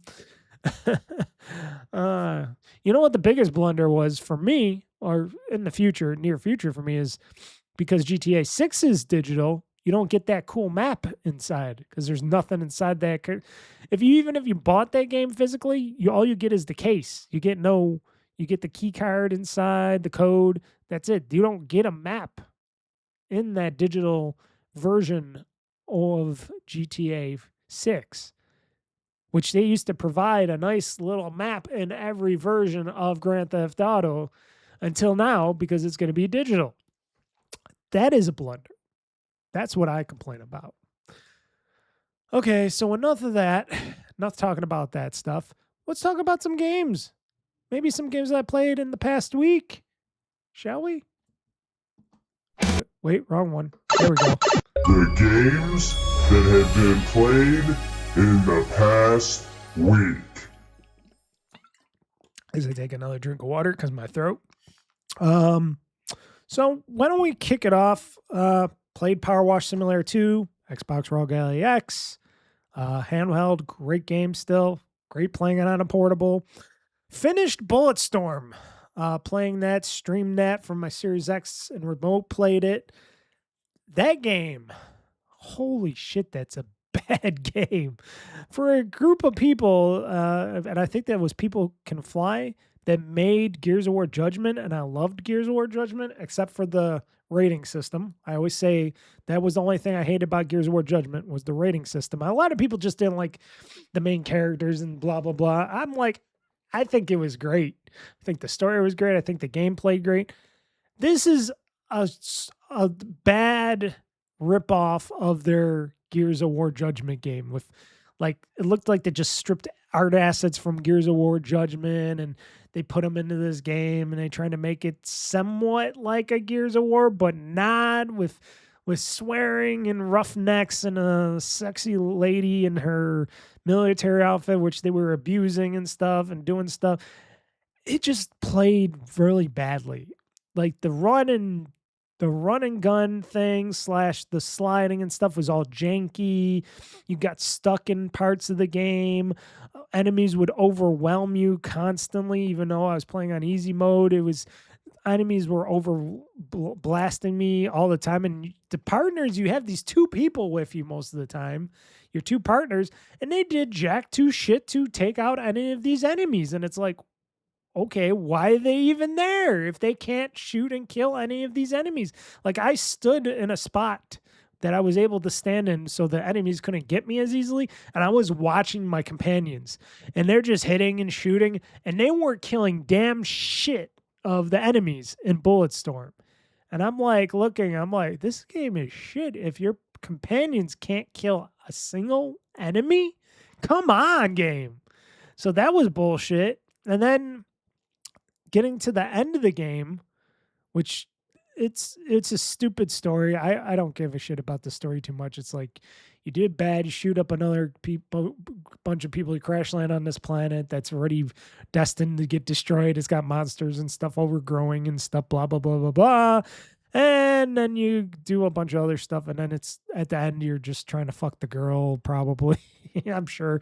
But anyways, at the end of the game, because they were doing, I guess there were some game glitches involving that Duke Nukem voice actor, because they were doing like a Duke Nukem would get put into the game, and they were doing like this crossover thing, whatever, if you bought the DLC. And the rest of the game was broken because of that, apparently. And they never, ever fixed it. It still isn't fixed, even though now, and the People Can Fly is still around. They never fixed the glitching that caused the error. So in the part of the game, going to the end of the game, when I'm trying to talk to Trisha, or she's trying to talk to me, my character, I think that's her name, Trisha, and she's talking, you can't hear her, or you can hear her, or hear the bad guy, but you can't hear me because he's got no expression on his face, and he just looks and points, and he doesn't say anything because you can't hear him because there's no voice, because it's a glitch in the game apparently that caused that. And then at that very end of the game, when you beat the game, you're on a drop ship with your girl Trisha, and she's trying to talk to you, you're trying to talk to her. You can't hear them. You can barely make them out because they're very, very quiet. They're talking like this. Actually, they're talking a lot less than this, but if I talk any less, you can't hear me because it's so quiet that they don't let you hear them very well. And I'm like, what the fuck? I'm trying to turn up the sound as best I can, as high as I can, so I can try to hear them, but I'm trying not to blow out my eardrums if the sound comes back, and I reset it, and I'm like, is this just the game glitching, or is this the code? And I'm like, I can't hear what the fuck that she's trying to say to this guy. And apparently that's because of the Duke Nukem DLC glitch in this game. And it's like, what the fuck? People Can Fly? You couldn't even fucking patch this fucking game? And there's people out there that said this game was amazing and all that. I don't know. I think this game was dog shit. I couldn't wait to beat it. And I beat it. I was supposed to get an achievement for beating it because I played it on easy, and I didn't get no achievement. So that's another bullshit thing. If I don't get an achievement from that, it's another bullshit thing for the game. So that game was bullshit all the way to the end. And it looked like they were like trying to plan like a sequel to the game, because there was the after credits thing where the bad guy gets undead, and Ishii gets undead apparently. And I guess they were thinking about making a BulletStorm 2, and I'm like thinking now, I'm like, you better not make a fucking BulletStorm 2, because that first one sucked ass, because you guys did bad. But it's been a while since BulletStorm, so I'm pretty safe to say that they're not making a BulletStorm 2 at least. Wow. Now, originally when I tried to play it a long time ago, I hated it because I didn't like the mechanics. But now that I actually got to play through this game, I should have made this game one of my playthrough games, people, BulletStorm, because you would have heard me saying some shit about this game. But I chose to just play it off by myself and not really show anything of it. But damn, what a missed fucking opportunity. I could have played BulletStorm and I made it like a game through game, and I would have been like, fuck this shit throughout. What a pile of dog shit. They could have made it something really good and decent, and they made they just they pulled down their pants and just shit all over it. Wow. BulletStorm, so bad. Such a bad game. And the gameplay was just so stupid because it's like, well, I got this grabber thing where I got the leash, but it won't let me leash half the enemies because, no, they're too fast or this. And I'm like, how is he too fast? He's sitting, the enemy's right there. He ain't moving. And you're saying he's too fast. I'm like, that's just bad gameplay. That's just bad. Bad game. Oh, it was so bad. It was so bad. The only good part about it was that they made the girl Trisha, she was hot. That was all. She was a hot woman, hot lady gamer, but she was stupid too. They were all kind of stupid. So, yeah, BulletStorm, bad game that was not patched. At least if it was patched and it was working, maybe it would have been a little bit better on my shit list, but no, bad game. I put this in the BulletStorm game in a realm of Aliens Colonial Marines. Remember that blunder from Gearbox Software back in the day from Randy Pitchford? Yeah, that's where I put this game, right alongside that shit. Maybe bring the Xenomorphs over to BulletStorm next time and have a shit sandwich. They can go fuck each other there. Oh, bad, man. Ooh. Glad that game is done and over with. Then I played a little bit totally accurate battle simulator on my Xbox One X because I wanted to see how well that ran on there. I always wanted to do it, and I had it on there for so long, I just never played it on there, even though I have the game. And I got to play some of it. I'm like, yep, this is totally accurate battle simulator running on my Xbox One X, and it runs pretty decently. I'm surprised. Just was doing some war scenarios and stuff like that. It seems like it was missing some stuff, like they took some characters out. I remember some other characters and such, but maybe not. I don't know. Maybe I'm wrong on that, but still a fun game. Still fun to play some totally accurate battle simulator. Nothing really more to say about that. You know, I have my warriors attack the Chinese and the Asians and the warriors and the warlocks and the evil creatures and stuff, and seeing who can get over who. Sometimes the battles surprise you. Sometimes you could just get a few great big giant creatures on one side and just have many, like thousands and thousands of people on the other side. And those very few people could take out all of those other people on the other side. It's crazy. Crazy to think that. That's a fun little game if you want to try it out on a PC or something like that. Totally accurate battle simulator. I wonder if it's on Steam it's on Steam, I know that, but I wonder if it's on Switch or something like that. That'd be weird. That would break that CPU on that thing. Played a little bit of Kiln, now that Double Fine's going away and they're bringing their IPs with them. I'm sure Kiln might eventually go with them, unless if they're just going to keep it with Microsoft for the time being. It's a Game Pass game. I wonder what's going to happen to those Game Pass games, like with Psychonauts and Psychonauts 2, Kiln, all that other stuff from those other developers. I wonder if that all leaves Game Pass. Like they just time them up. If they're able to keep the IPs, I wonder if all those games are going to leave the service, or if they're just going to stay on there just for the foreseeable future, and then they can keep doing whatever they want to do with those franchises or IPs in the future and stuff. Because I remember Double Fine saying they were going to add more stuff to Kiln, but I don't think they ever got a chance to. But I got to play a few rounds in there. It seems like the servers or something are really struggling to connect, but we do get people on there, and I do get full lobbies of people in Kiln and have some fun killing away and having fun in that game little by little. But that game seems like a game that's going to be going away sooner than later. And it's sad because it's a fun little game. It's fun blast from the past, not blast from the past. It's fun to see what they made as a multiplayer little game which is what Double Fine does and Tim Schafer does. But yeah, it wasn't meant to be, I guess. And it's sad because we live in a world where a lot of ignorance in gaming out there where people just don't want to try it and they don't want to play it because they're like, oh, it's pottery making game. Why do I want to play a pottery making game? I'm a man. I play real manly games and such like that. Whatever. But Kiln, fun game still. You should give it a try. Well, you can still give it a try. I think they brought it on a lot of stuff. I think you could on Steam. I think it might be on PlayStation as well. Don't quote me on that. But I know it's on Steam, Game Pass for PC and Xbox. Fun little game. Then there's Assassin's Creed Black Flag Resynced, everybody. Been playing that on the Series X. Have not really remote played yet, but I'm going to be doing a lot of that today. I'm going to be playing some of that off stream, like I said I would. I'm not going to play every single bit of Assassin's Creed Black Flag on my streams, but I will be streaming it every Friday, except for the times when new games come out or something like that. But otherwise, this is going to be my new gaming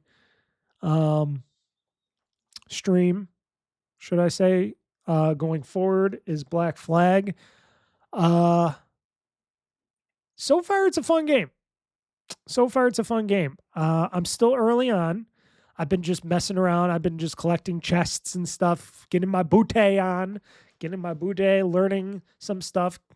I've been finding out, at first that was a little hard for me to learn with the controls because they are similar to Assassin's Creed Shadows and all that, but they got sometimes some of their own little stuff that they do. I know this is made a remake from another studio and stuff, so there is some things that are a little bit different in it.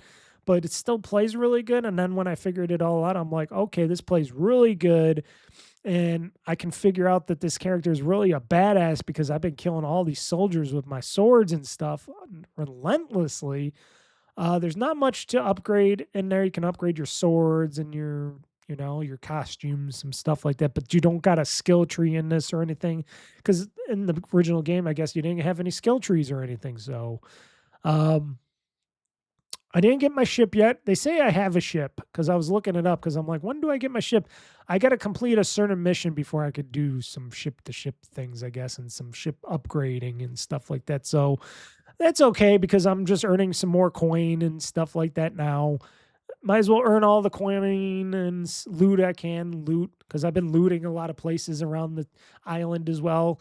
As much as I could do all that, get all that coin, get all the looting done, then I can have all this money to upgrade my ship, which I might be purchasing some DLC for that as well to get more coin, more stuff. I might stay away from doing the upgrade to unlock all the chests and stuff like that and all the secrets because they seem to be coming up anyways. But otherwise, it's an Assassin's Creed game. It's got a little bit of the new mixed with the old.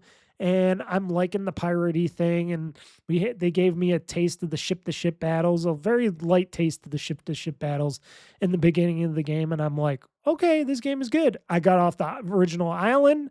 I was super happy. At first, I was like, how do I get the fuck? Because I was stuck when I was doing my first gameplay of this live, which you can watch at OldFreakyGamer.com or YouTube.com/OldFreakyGamer-2023 or search OldFreakyGamer on YouTube. You can see in my video me not being able to get past the one point that I was stuck at many years ago when this game first came out. 12 years ago or whatever people are saying this game came out at. And I couldn't get off that fucking island. I was stuck in that same exact spot. And then I finally figured out, oh, I just got to go here and do this to go down there. I couldn't figure that out before. And there's some glitchiness within the game. I don't know if it's in the control scheme or just me or the character or how they programmed it, but sometimes the running and stuff sometimes could get delayed a little bit, or you trying to jump over something doesn't work out very well, but so I got to maybe fine tune the controls a little bit more or something.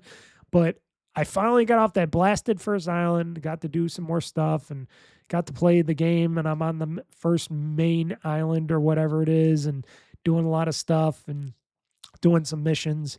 Like I said, I'll do some more missions after this podcast, and I edit up this podcast and stuff after this podcast.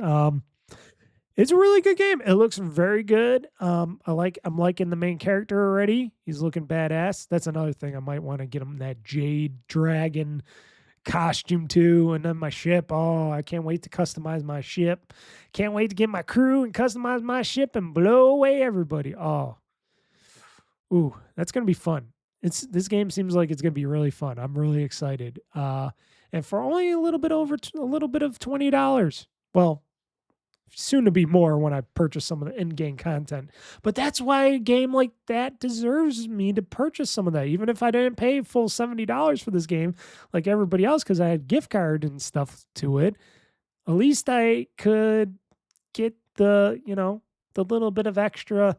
I could give them a little bit of extra something to you, the Ubisoft people over there, to pay for some stuff, in-game content and stuff, because they always have some good extra goodies for me to purchase. And then I'm thinking, oh, maybe I should pay for that deluxe edition, because they said it has more missions and it has more stuff. But if I could purchase that after the fact, maybe that would be okay. But so far, like I said, I'm early on into the game. The pirating is pretty fun. The jumping around is pretty, wow, it's crazy. Sometimes you accidentally jump backwards and flip up backwards and stuff. I got to be careful with that. Sometimes it can be touchy at times, but jumping rooftop to rooftop, there's a lot of rooftops on this island, I tell you. And I can get away from these baddies very easily. I even like the part where I got the two bad guys. Like, I had all these bad pirates that hated me, that wanted to kill me, try to chase me and kill me.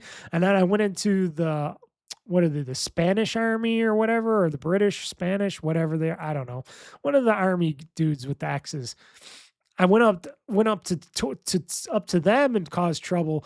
And then the bad pirates are running up to try to get me. And then the soldiers were trying to get me, and I just meet them in the middle, and I just jumped out of the way. And then they were battling each other like, you pirate scum, you British, whatever. And then we were fighting each other. And I was just sitting up on the top of this building, just watching the whole action go on as they were all battling each other. And I would zoop on down a little bit, kill a few of them, loot them if I could, jump back up and away, watch them all battle each other. That's what I like. That's what I like about that. That's what I did in Assassin's Creed Odyssey a lot. It didn't happen in Assassin's Creed Shadows. There wasn't enough of that. A little bit. There was little pockets and areas in the Shadows where there was two groups fighting each other, but it was nothing really big. This seems like you can get it right back to the original days of, you could bring this group of people that hate this group of people. You could get them to come together and you could have them battle each other. Oh, it's so fun. I love that. Causing chaos.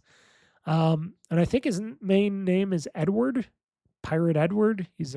He just joined the pirates to make a better way for him and his so-called wife, which he left, and who knows how long he's been gone so far to be a pirate. I wonder if his wife is going to be like, yeah, fuck this guy, I got another guy that'll fuck me or something down the road. I don't know. Or if he'll get hitched with somebody else. Who knows? We'll find out, and I'll find out in the game. But so far, this Assassin's Creed remake, remaster, or resynced, right? Assassin's Creed Black Flag Resynced.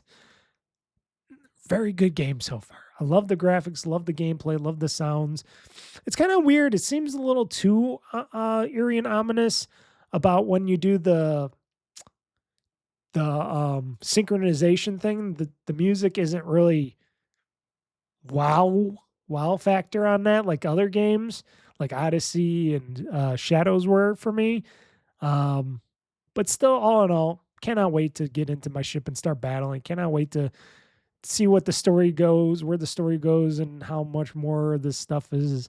It's pretty funny that this guy was not the original assassin, that it wasn't the original Templar or whatever, assassin, whatever, and then this pirate guy killed him, and you take his identity, you steal his identity to try to claim your wealth.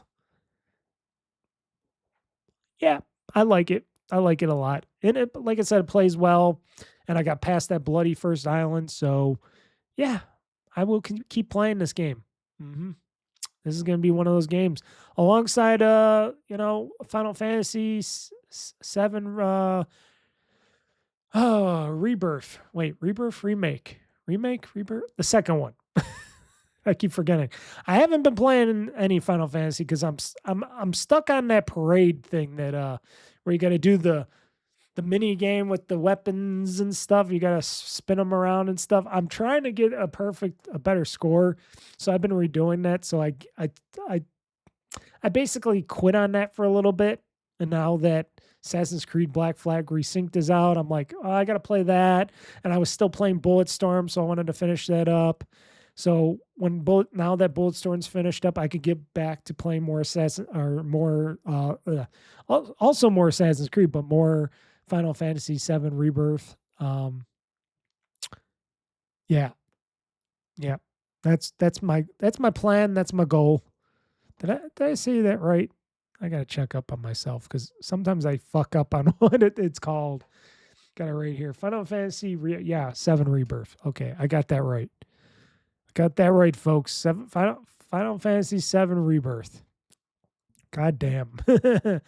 Anyways, Assassin's Creed Black Flag Resynced. A lot of people are saying they're liking it. A lot of people saying, yeah, I played this before, but it was fun to play. Try it out.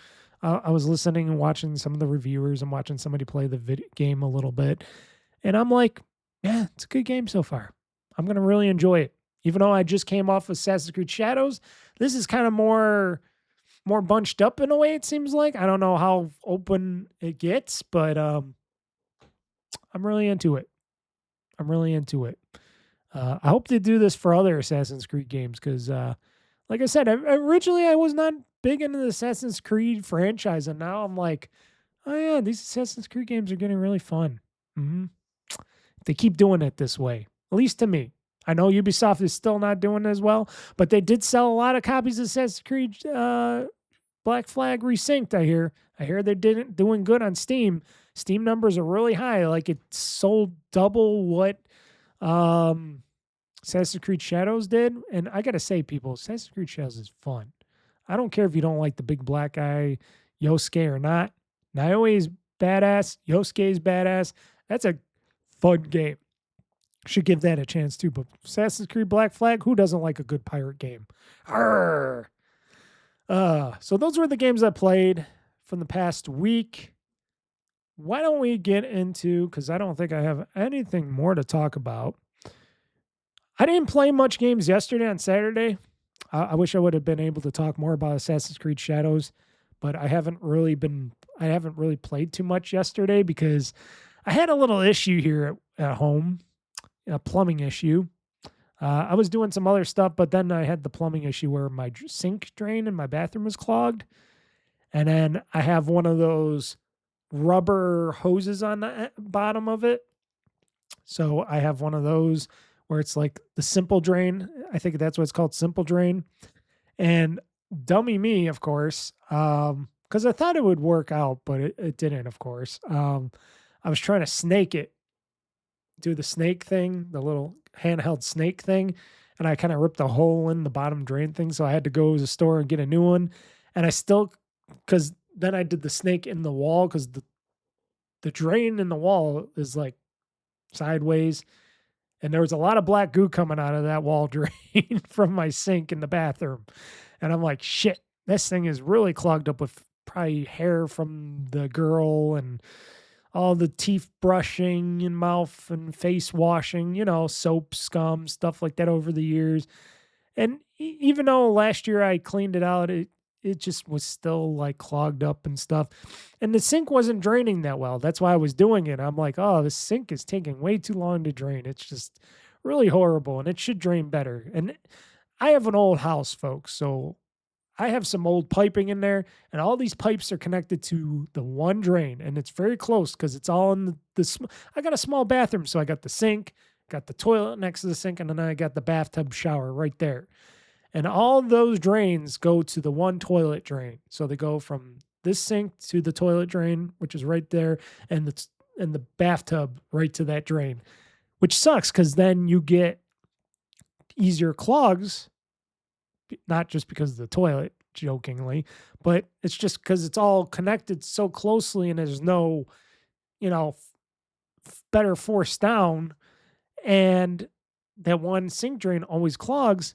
So I had to do some googly gogger eventually because I tried to snake out the drain from the front of the thing. I snaked it out as best I could. Didn't seem like I got anywhere with that. I'm surprised because it went through. I got it all the way through. I don't know how far I had to snake because the pipe is only so far to. So I had to use this stuff after I replaced the snake drain, which took a little bit of time because you got the plastic that you got to screw onto the wall copper pipe or whatever it is. I don't think it was copper. I think it's regular metal pipe, and sometimes that doesn't stick. It doesn't get in there well, and you can't over tighten it because it'll crack because it's plastic on metal. You're not really supposed to do plastic on metal. I know piping, folks. I know. We're talking some plumbing talk here on this GamezAttack podcast, but technically you're not supposed to over tighten it. And I'm trying to tighten it to a point where it doesn't leak out of that point, but it kept leaking when I was trying to drain the water from the sink to the thing. So I had to redo it, and I was doing some other stuff to it to try to keep the leaks from going. I had to put some, pipe tape on, and it took forever. It was a long thing, and it was still not draining. It was draining even worse after I snaked it, and I'm like, okay, I got to put some of the gobbledygooker in there. So there's this goober. It's called goober something. It's a substance. It's natural. It's not like your Drano and stuff, which can harm your pipes and eat away at all your plastic and the rubber. The rubber drain. It won't eat at this stuff. This stuff is more organic and natural. It only eats at the soap scum and the dirt and the grease and stuff. So I put a bunch of that in there, 2 packets of that. It smells to high heaven because remember, it's also eating the bacteria, and it's eating the poop bacteria going down that drain when it gets to that drain. And then the house does still smell a little bit like that stuff. Like it smells like a little bit of a poopish thing. So the Asian girl was really upset about that. She's like, "Oh, it smells in here." I'm like, I warned you. But it was still not draining. So ultimately I had to go with the big guns. So I use a really good degreaser at work, which I usually take a couple bottles home because I can use that to clean and to get rid of really bad stains. And it smells really good, and it cleans drains and too. But I don't usually dump it down the drains. But this time I did. I got really hot water in there, dumped a bunch of this degreaser in there, let that get down the drain, let that eat away at all the scum. And then I went to, after I put in my special degreaser, my high grade degreaser from work, and I went back into my office because my office is right next door to the bathroom here. And I went over to my office here, and I went to sit down at the computer to do some stuff on the computer. All I hear is that. I'm like, and I ran over there very quickly to see if it was draining, and it went, sucked it right up, drained perfectly fine. I dropped in a ton of hot water in there, as much as I can, and now it's perfectly fine again. And I'm like, well, it took it till 9:00 p.m. to do that, so it took a big chunk of my day yesterday doing this stupid drainage thing, and then I had to grill my food for dinner and stuff because I didn't feel like going out to get because I already went out to buy some drain kits and stuff like that. I didn't want to go back out to get some food and stuff like that. So I grilled my food too, and I had to make my food. So that took some time. By the time I started the game, I'm like, I got my brain ain't working right now. I don't got no energy to play any Black Flag or anything. So yesterday was kind of a bummer day to game, I tell you. But sometimes that happens. Home ownership, people. Who says home ownership is easy? Sometimes it isn't. But if you know some stuff and you know to try stuff, because I was thinking, well, if I can't get this drain to drain, then I'd have to call up a plumber. But usually I can get it unplugged. I'm usually decent at getting stuff unplugged. So, I did all my same stuff. And like I said, the ultimate thing was the degreaser. And you're probably saying, well, why didn't you use it before? I'm like, because that stuff is, first off, that stuff is expensive. And I want to keep some at my house just for the necessary things. I know this is a necessary thing.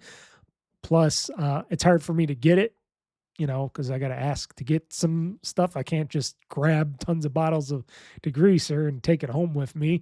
Two, like I said, super powerful, so I don't know what it would do to my old pipes, so I don't want to use it all the time. And usually the goobly gooker stuff does work. So it was probably in combination with the goobly gooker that got that shit to work, because that stuff was a powder. I got some bottles of liquid gobbledygooker now. I got it sent to me overnight from Amazon, so I got some of that. I'm going to try that stuff out next time for maybe the drain in the bathtub or something like that, because I know the lady of the house, gets a lot of hair in the bathtub one. But yeah, draining, plumbing. Not something I like to do all the time, but I can do it up to a point. I can do a lot of electrical stuff. I can do a lot of that. And like I said, it all takes up a lot of time, and I didn't get to do my sprinkler system. I wanted to do my outside sprinkler system for my bushes and stuff. I might try doing it during the week. So I might try doing that during this week or something, putting in my sprinkler system or whatever. It shouldn't be too hard. I already know what I'm doing with that. It's just like PEX piping, but in a smaller scale. But I didn't get to do that. And today, after this podcast, I plan on gaming the whole rest of the day. So, yeah, homeownership, folks. If you care about it or not, I'll talk about some of my stuff. So why don't we get into some quick gaming news here before we end the show? And we're going to talk about the games news now. Locked and loaded, ready for the fight. Game talk news, gonna set the stage alight. Mr. Mike's got the scoop, he ain't holding back. Dropping bombs on the gaming industry track. Hear the thunder, feel the roar. Game talk news, gonna settle the score. From E3 to PAX, they got it all. The highs and lows, ready to brawl.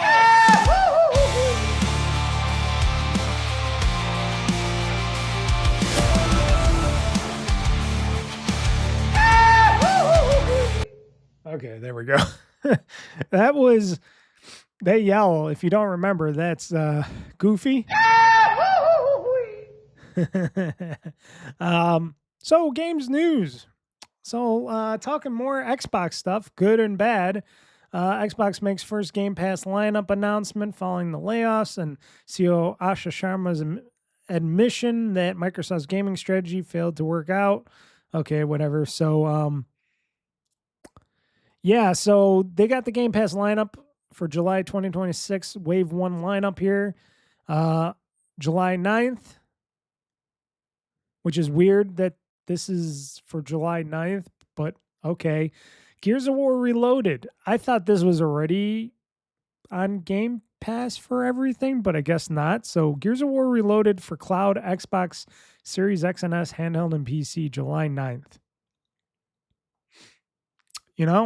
Not with Game Pass Premium. Oh, joining Game Pass Ultimate and PC Game Pass. Okay, so this is coming for Game Pass Premium people now. Okay. I got to remember that some of these tiers don't come until way after the other tiers, which is weird. It's weird. It sounds stupid, but okay. Some of these I won't be able to say like this. Tamashika.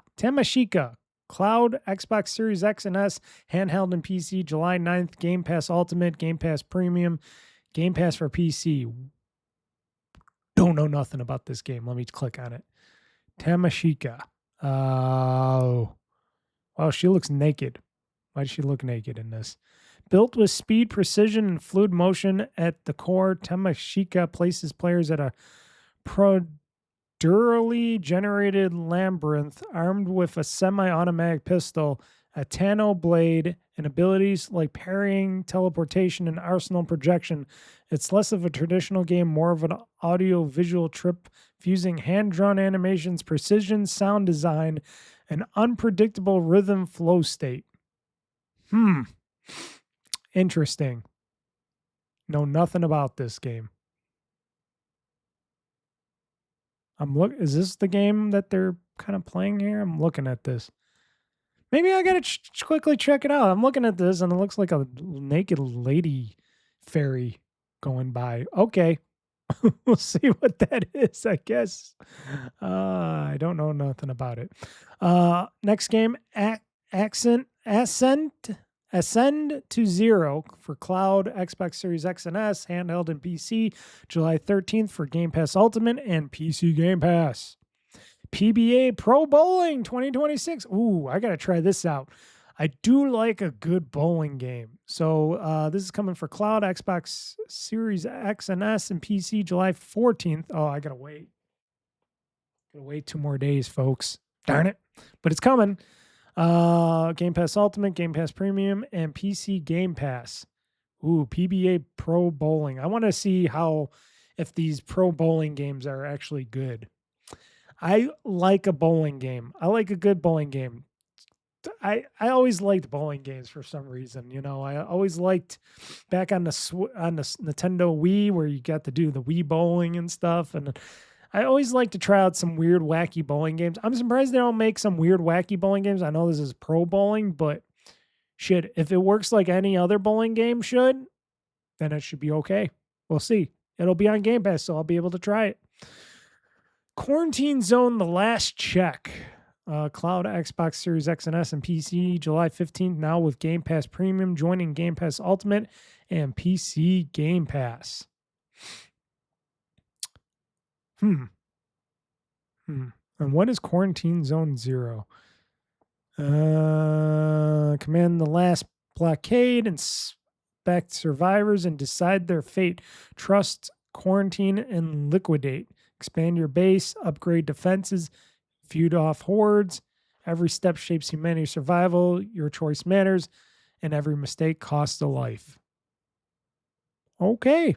So this is like Papers, Please, but in the quarantine zone? Okay. Okay. That's interesting. I can see that. And let's see what's next. Mavericks by Matt Jones. For cloud, Xbox Series X and S, handheld, and PC, July 16th on Game Pass Ultimate, Premium, and PC Game Pass. Fix Force, cloud, Xbox Series, I'm just going to say Series because it's for both X and S, and PC, July 17th for Game Pass Ultimate, Premium, and PC Game Pass. Fog Piercer for PC, July 17th, Game Pass Ultimate, and PC Game Pass. The Planet Crafter for cloud, Xbox Series, and PC, July 21st, Game Pass Ultimate, Premium, and PC Game Pass. This game, Tony Hawk's Pro Skater 1+2, which I actually own a physical copy of. Cloud Console PC, July 21st, Game Pass Ultimate, Premium, and PC Game Pass. And then there's a bunch of titles leaving Xbox Game Pass, leaving July 15th. Dungeons of Hindenburg, cloud, console, and PC. EA Sports Football Club 24 for all 3 of those as well. Stellaris for all 3 of those as well. I'm just going to say for everything that these are on. Golf with Friends, Minami Lane, PowerWash Simulator, the first one, not the second one.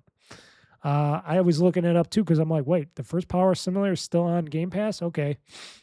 Already played and beat that one. I think I bought that one too.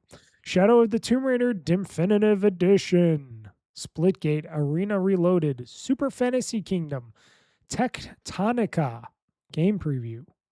So those were the games leaving Game Pass July 15th. So basically nothing really, I don't know. Nothing, what should we say, big coming to Game Pass? Because Gears of War Reloaded, play that, beat that. Quarantine Zone seems so interesting. The Tamashika, I got to see what that is. That looks interesting, but who knows? But nothing really blowing out there. A lot of them are more indie-ish type of games, third parties. So there you go. Other games news, hundreds of layoffs confirmed at Elder Scrolls Online Studio as devastating Xbox cuts continue. State confirms over 200 cuts at ZeniMax Online. Makes sense, because how much are those online ZeniMax online people making, Elder Scrolls Online, Fallout 76, all that stuff? How much does those people, how much does that make? It's sad to say, but, do they need all those people online there? Maybe to work on some of those games? I don't know. I don't know what if it was making the money, and like I tried out Fallout 76 for a time being, and I'm just like, Elder Scrolls, that seemed fun, but I was never able to make like a good character name, so that dropped me off of that. And it's just like I never play any of their online games. Does anybody? I hate to say it, but it sucks that they're getting laid off still because they were trying. id Software developer claims it's been relegated to support studio size as 136 layoffs confirmed over at that studio. I think that was very stupid, especially after the release of the I was gonna say God of War Doom DLC, the Dark Ages DLC that just came out, and they're laying off people there at id that makes and knows how to use the id software, id tech. That's kind of stupid, but at least some of them are still there, so they can still kind of make stuff. Let's see here. id Software is one of the historic. So this guy, I guess this is one of the let's see here. Who is this? So this id developer, I guess he's doing a nice complaint. So Derek Best, a former VFX artist who has worked on all 3 modern Doom games, published a lengthy post on LinkedIn saying he was in shock on how brutal the layoff cuts were. Collectively, decades of knowledge was wiped out of the studio. He claimed the VFX team was eliminated down to one single artist with no lead or producer. The engine programmer responsible for the massive gains and VFX pipeline improvements, like all the particle editor work, has been let go as well. So all the people very necessary to make games have been laid off there at id. All the devs that Houdini knowledge for practical modeling and cached animations were wiped out. So all the work for Doom the Dark Ages that in that program has gone to waste with no one to carry it on. He concluded, "Great job, Microsoft. Nothing says business success like nuking a team into the dirt and relegating them to support studio size while also throwing out massive technological achievements and experience." I'm just adding that for myself. id Software is one of the most iconic historic developers in the games industry, known for its cutting-edge technology used to power shooters like Doom and Quake. However, Best speculated that the cuts could lead to the developer no longer building its own games or using its own engine technology. Writing on the wall is getting regulated to support studio size and moving to Unreal, he wrote, based in internal email and roles. You can see clearly got impacted. Engine team was decimated, supremely short-sighted, and brain-dead moves from Asha et al. And all. He says moves from Asha et al. Yes, that is a brain-dead move. I do not disagree with this VFX developer and stuff. He says, yeah, because she's just the Terminator, folks. She's just there to eliminate things, not to help things. In another LinkedIn post, id VFX artist Todd Boyce criticized the timing of the layoffs, which took place the day before the release of a major expansion for Doom the Dark Ages, which he claimed developers crunched to complete. This is what insanity and despicable corporate greed looks like, they wrote. What a complete disregard for people who spent months working unpaid overtime to make the DLC. Unpaid. That seems like a legal issue to me, folks. And for an engine that has consistently been in the industry standard for performance. I wonder if they can sue.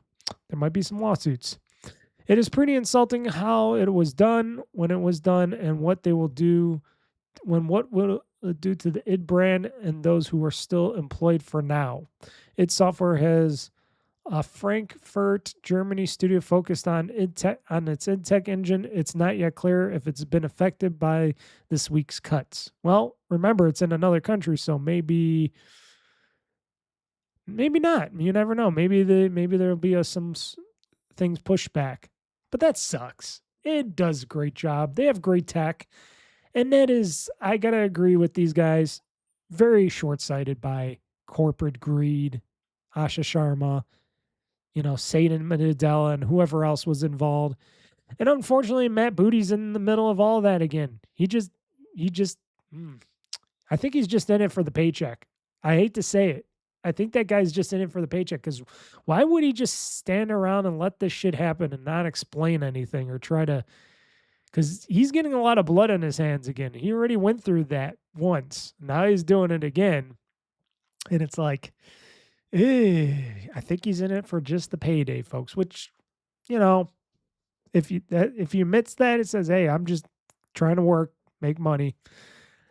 Yeah, but a lot of these people's livelihoods, a lot of great artists, a lot of great work sucks. It just sucks. They should all get back together with John Carmack and make a new id studio, a separate one. Like call it something else. Make all new game engine. Hey, what are you doing there, Carmack? What are you working on? Can you make us a new game engine, something even better than id Tech, so we can just start up a brand new studio and say fuck Microsoft and Bethesda? I remember when id got purchased by Bethesda a long time ago, and they put the id Tech engine. You remember with that original Rage engine and stuff, and they were all putting it in using it all when game engines were all the rage and everybody had to have their own game engines, and now everything's like Unreal or what's the other one again? I forgot the other one. See, it's mostly Unreal.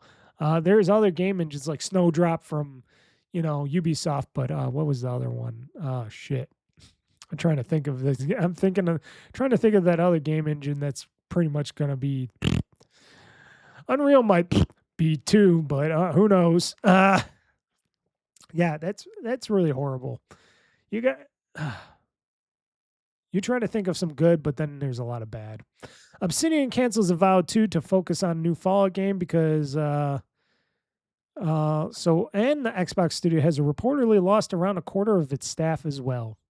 That's sad too. And Obsidian makes some great fucking shit, and they got rid of a lot of that great stuff. Talk about very short-sightedness from Asha Sharma and her team and people there. Remember, they're the Terminators. She's the Grim Reaper. I said it and showed it before in my album art. She's the Grim Reaper of Xbox. She just wants people to hate her, I guess. It's all about the money. It's all about the bottom line and nothing else. Stone cold.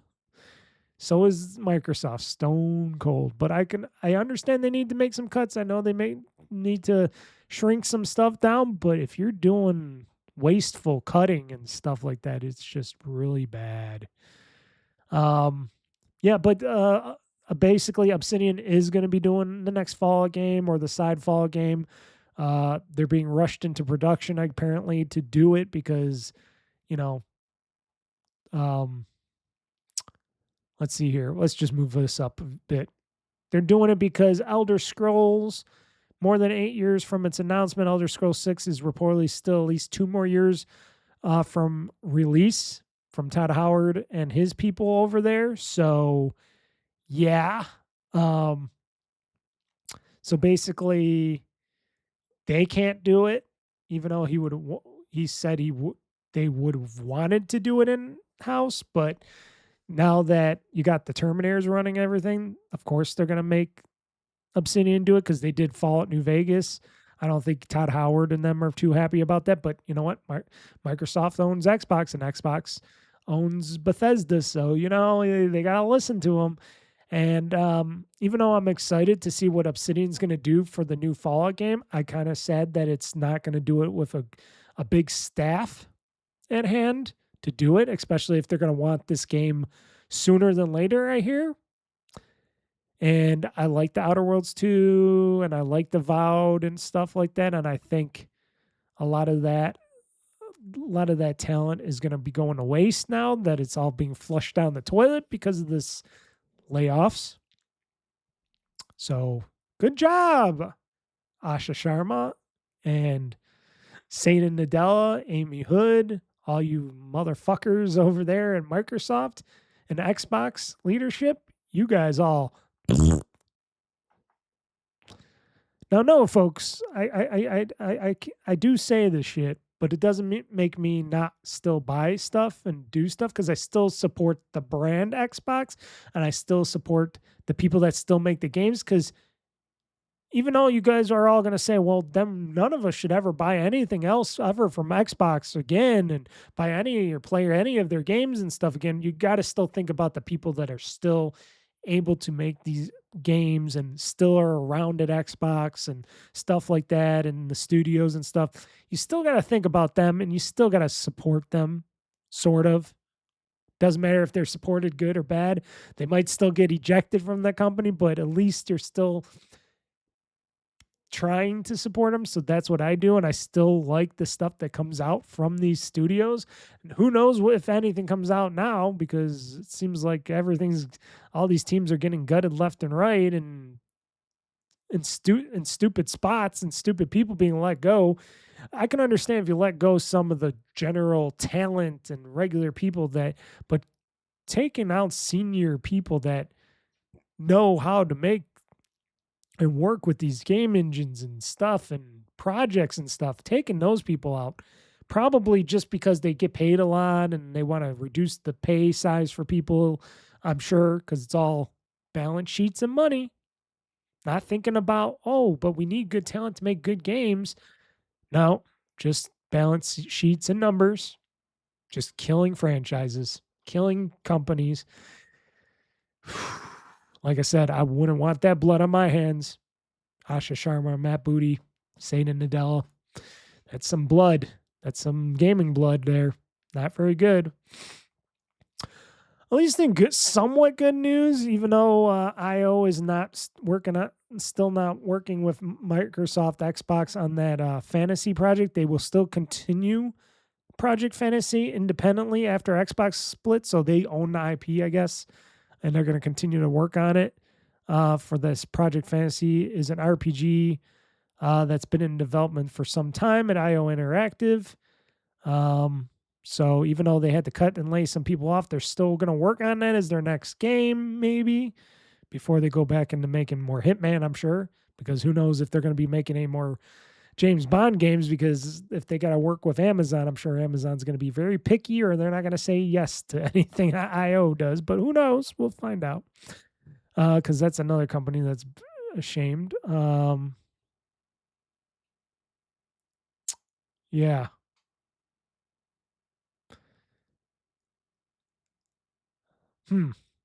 Interesting. And I'm just looking here. Bethesda Union confirms Xbox layoff protests. We won't quietly disappear. So people are going to protest. Good.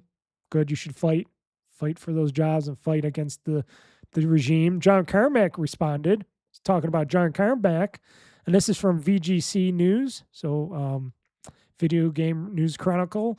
John Carmack responds to id Software layoffs amidst Microsoft stewardship claim aging badly. The Doom and Quake programmer is saddened by this week's news of layoffs because, he was id. He was the god. id Software co-founder John Carmack, he programmed all the id tech. He's the main man behind the keyboard. So basically, let's see here. So earlier in the week, a warrant notice filed in Texas indicated 96 workers have been laid off from Richmond, Texas, where id is based, and further 40 remote roles have been cut. Carmack, who was the lead programmer of id's classic games, wrote on X that he was saddened by the news and conceded that he was struggling to feel anger without knowing the full details. I've been trying to find something meaningful to say about the id Software layoffs, he wrote.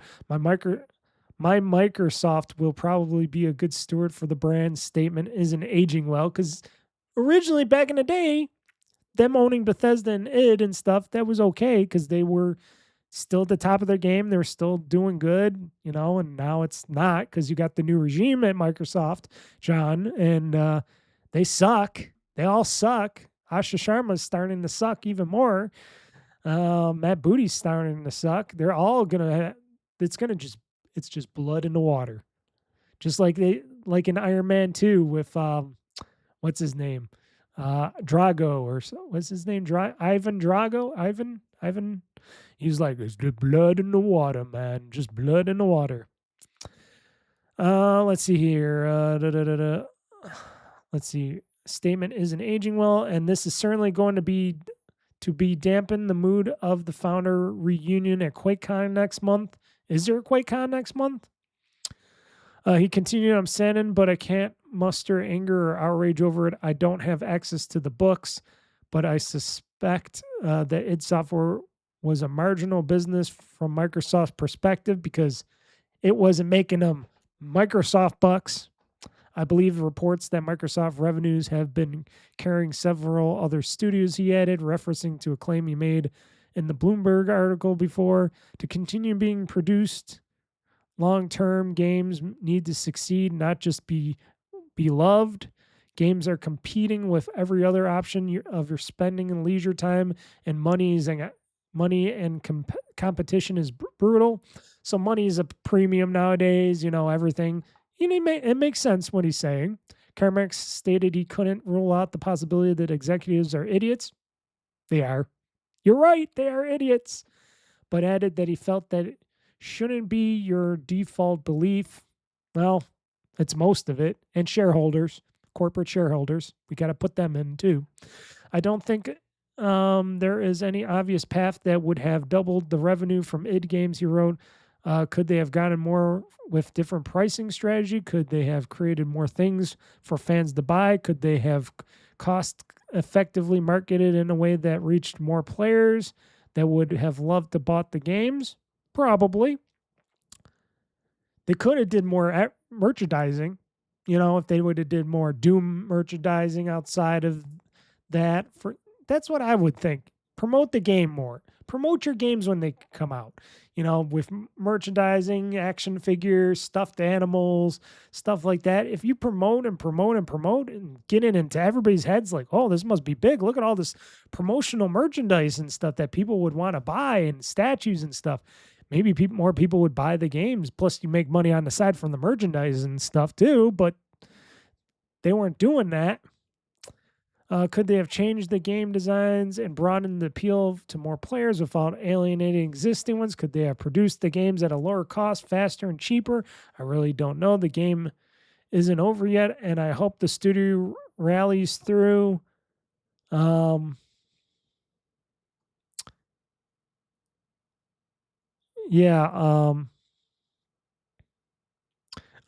there's a Reddit X user saying, if he was able to and would consider buying back id Software or its IP, Carmack responded, I'm sure they would value the IP at substantially more than my personal net worth, even if it was just sitting on a shelf for potential future use. Regardless, I don't think I'm the right person to lead the modern games studio. Because, he was a guy from the past. He left in 2013 to do the Oculus VR thing and stuff. He's a game maker and software engineer of the past, and he's like saying, could he have done it nowadays? He's like, I don't think I could do it anymore. It's a hard business, and it's true.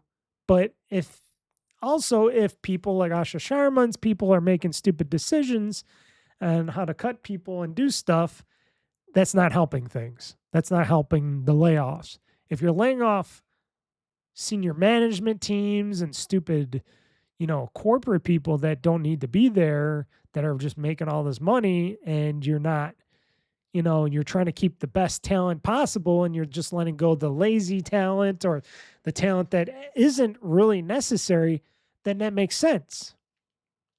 But like some people were saying in the games industry, in the games news industry, and podcasts, stuff like that, the money goes up the chain. It doesn't come back down. It goes up to the high level executives, and it doesn't filter back down to production and stuff like that. They get pennies on the dollar.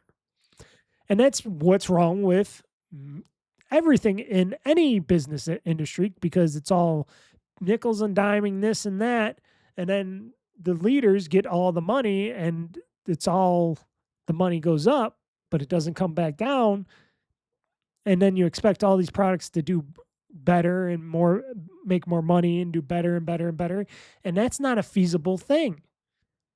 If it's a small indie company and they're just making good games and they're selling good, all that money goes back into production of their next games, and people get paid and everybody's fine. And they're not going, looking at the spreadsheet going, this should do higher than this next year. This should do higher than this. No, they should be happy with the money that they're getting. If they're getting a positive amount of money and not a negative amount of money of a game, then they should be fine with that. But because it's Microsoft and Asha Sharma and leadership over there, and they suck, and it's all about the numbers, it's never going to be like that.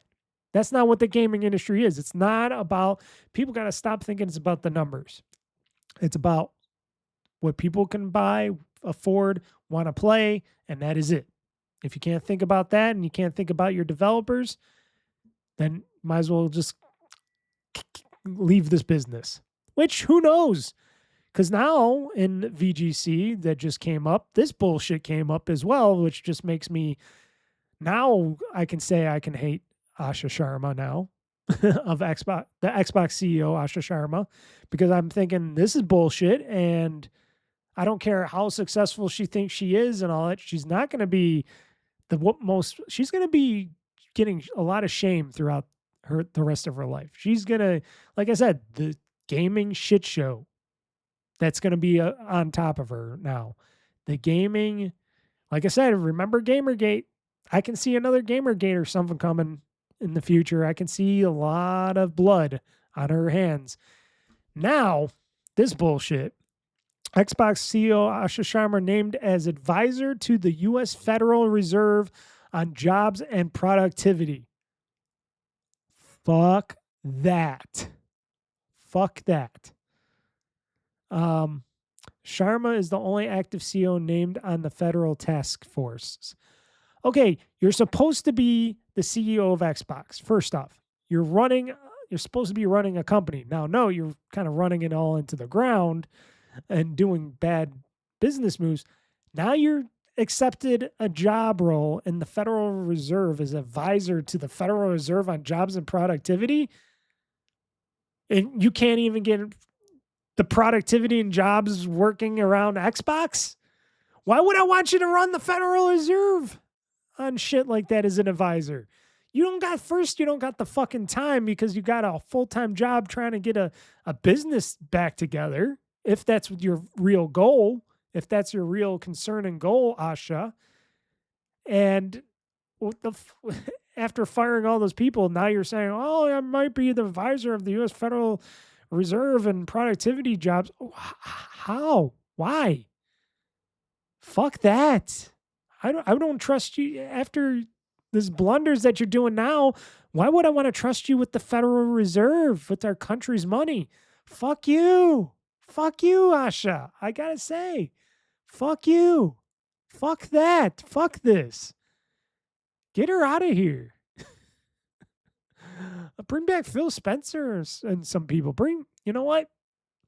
Bring in Phil Spencer, Phil Harrison. Bring in, what's his name?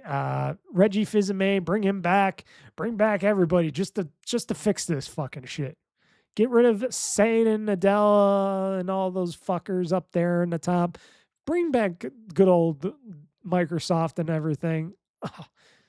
And I know, like I said, money's tight. Money's hard everywhere. Everybody's dropping down. Everybody's trying to figure shit out. But this just seems stupid. This seems tone deaf and stupid.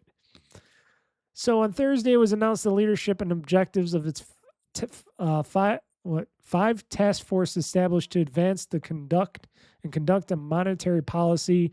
Notably, Sharma was named one of the 3 advisors on the Productivity and Jobs Task Force, which the Federal Reserve states will be assessing, among other things, the impact of AI, which of course has the biggest impact of all. You don't need any task force to do that. You know it's that. That's what's causing a lot of problems and headaches. According to Newz release, the task force will look at the economic impact of new general purpose technologies, including artificial intelligence, to inform the Federal Reserve's policy adjustments. Supported by Federal Reserve staff, and task force will operate independently with a mandate to follow the evidence, provide candid feedback, and produce rigorous findings of the Federal Open Market Committee.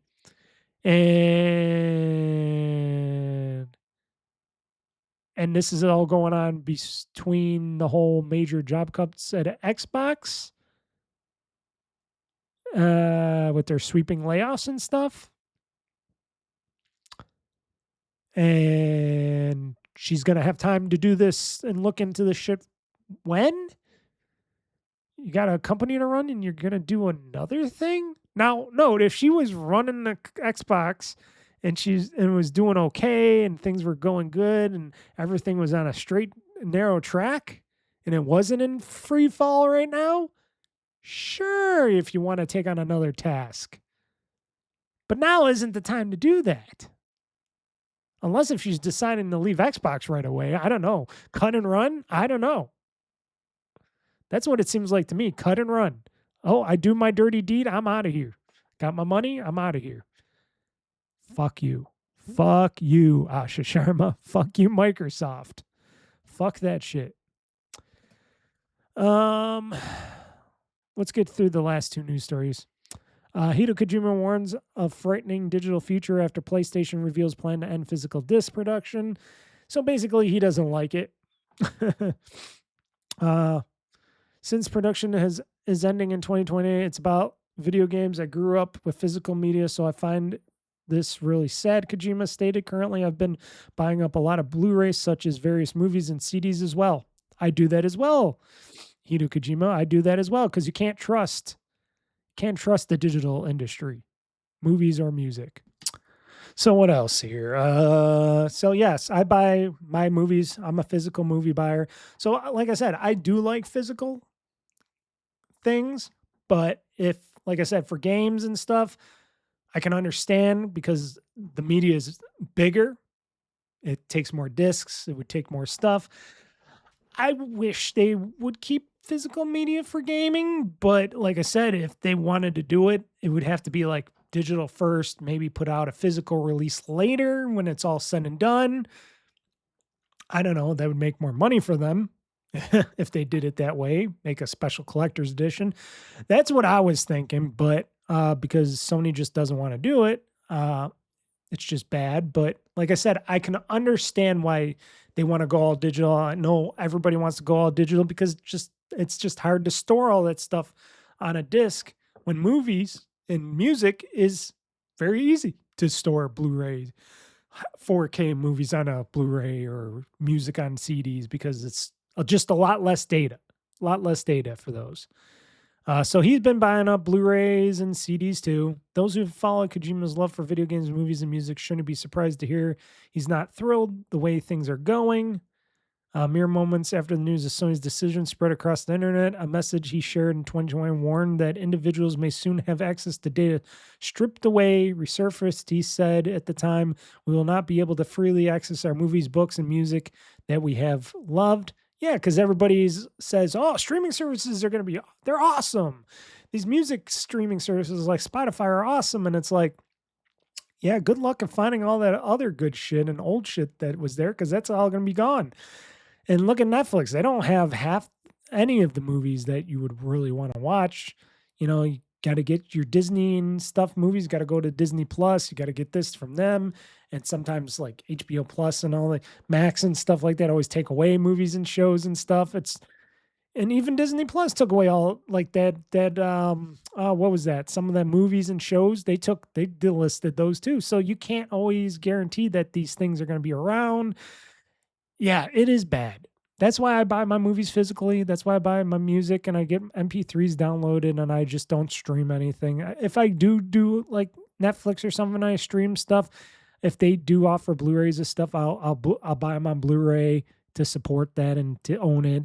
Or you got to do the semi-black water thing, what some people would say illegal, but I don't say illegal. You got to record that shit. Got to record those videos off the streaming services and keep them on your own private servers.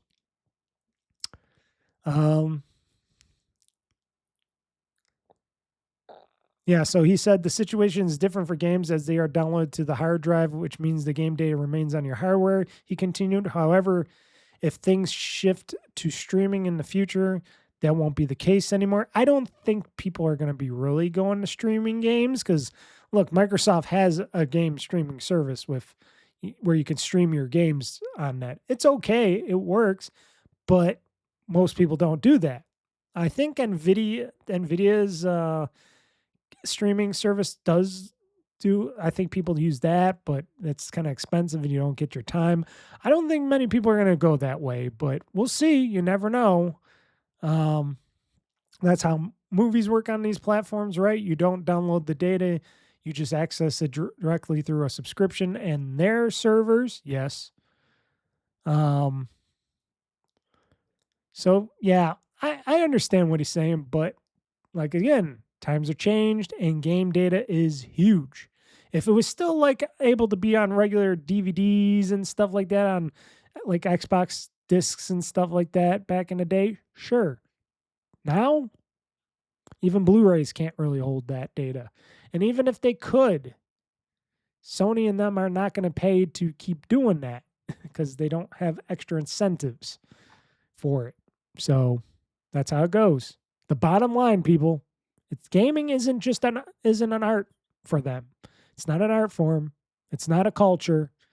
It's not something that, brings joy to everybody. It's a bottom line. And people got to understand, corporations, bottom line is the bottom line.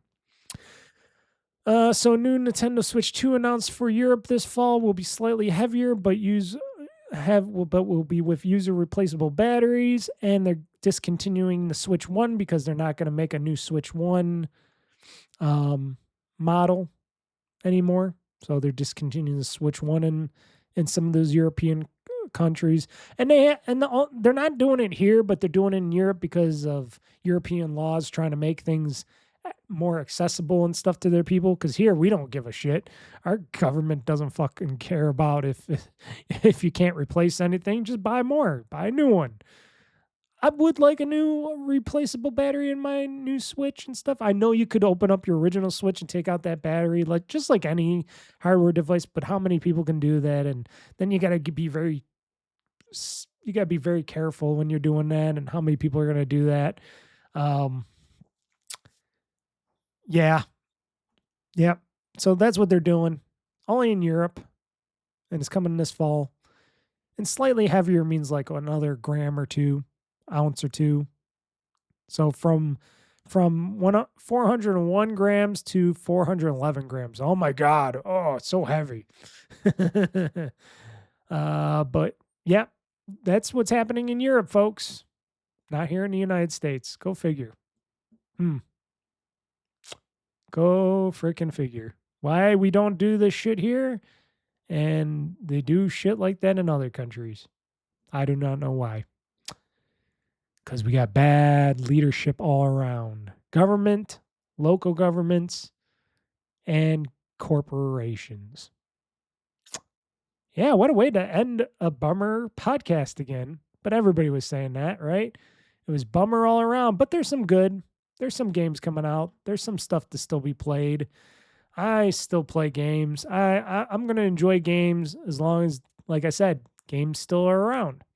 And if that all changes, if Xbox does eventually go away and all that stuff is not coming out from big temple AAA developers anymore, and I'm just buying my games from indies and stuff, so be it. Got a big back catalog of games that I can play. I still got a 360 in my back room. I could still play my PS3 games offline. I still got physical media. I got Steam. I got PCs. I'm still good. We're still good, folks, for people that can do that. For the rest, for the people that want to get into gaming, boy, I don't want to. I'm glad I'm not you guys. I'm sorry. Whoo. But that's it. That's it for this podcast. That's it for the show. Sorry that more bombshells. Let's see what happens next week with another bombshell-horrific episode of the GamezAttack podcast, shall we? Holy shit, it's just one. But we knew this was coming. We talked about this. I talked about this on the podcast last week, that it was all going to happen. And it's all going down. And now you got Asha Sharma working for part of the government and Xbox, and good luck at her doing anything good for gaming or Xbox as a CEO in the future. It's just numbers. It's all numbers to her. That's all she sees. All I see is numbers. I can see numbers everywhere. The human computer. But I wonder what her husband thinks of her killing off a gaming brand that I'm sure his buddies are like, oh, yeah, your fucking bitch of a wife just killed all my Xbox studios and stuff. Oh, yeah, what a bitch. I wonder if that's what's going on behind the scenes. I wonder if there's other people that are like, oh, God, your wife is really brutally my gaming. I'm a gamer, and she's brutally killing gaming for people. All my children hate your wife now. I can see that. I can see that happening. Maybe not just like what I'm saying, but I can see, like I said, there's going to be blood in the water. There's going to be a bloodbath at Microsoft, Xbox, stuff like that. And like I said, we will hear this from other studios eventually. Because things aren't going to get better out there. Things are going to get harder and worse. Money's going to be tighter. People's wallets, pocketbooks are going to be tighter. It's going to get worse before it, or if it ever gets better. Welcome to 2026 and beyond, folks. So I'm going to go and have some fun eating some stuff, gaming. Try to have a good rest of the day after I edit this podcast.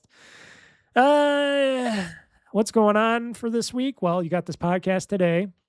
Wednesday, you're going to have my game through session of number 4 with Halo Infinite. My playthrough of Halo Infinite, folks, on playthrough on Wednesday. Check it out. It's on YouTube. It's on OldFreakyGamer.com and OldFreakyGamer on YouTube. Watch it. It's good. You can see me play the game that I think I was hating, but I'm hating a little less on. I'm spoiling it, but let's just say it's not as bad as I thought it was. So that's Wednesday, episode of Game Through. And then Friday, more gaming with Assassin's Creed Black Flag Resynced on Game On Live, 8 p.m. Eastern Time at OldFreakyGamer.com, YouTube, and Twitch.tv. And as for all that, folks, I, Mr. Mike, going to sign off today. I hope you hopefully enjoy the rest of your day and week, whatnot. Try to do some gaming and try not to have some heart attacks. And if you're one of those people that got laid off, I am deeply, tragically sorry. Good luck to you, to all you veterans and everybody. Till next time, I'm Mr. Mike Sonat saying game on, game hard, world conquest. I'm pushing this gaming button. This show is now game over. Pixels flicker neon bright, old freaky gamer plays all night. Joystick in one hand, fries in the other. He's the king of one more level, brother. Press start, he's in the zone. His throne's a squeaky chair alone. Old freaky gamer, he's got the knack. Blasting through the game's attack. Level up and don't look back. Old freaky gamer on the track. 8-bit dreams and a 16-bit past. His reflex is slow, but his will is fast. Button mashing like a man possessed. Game over.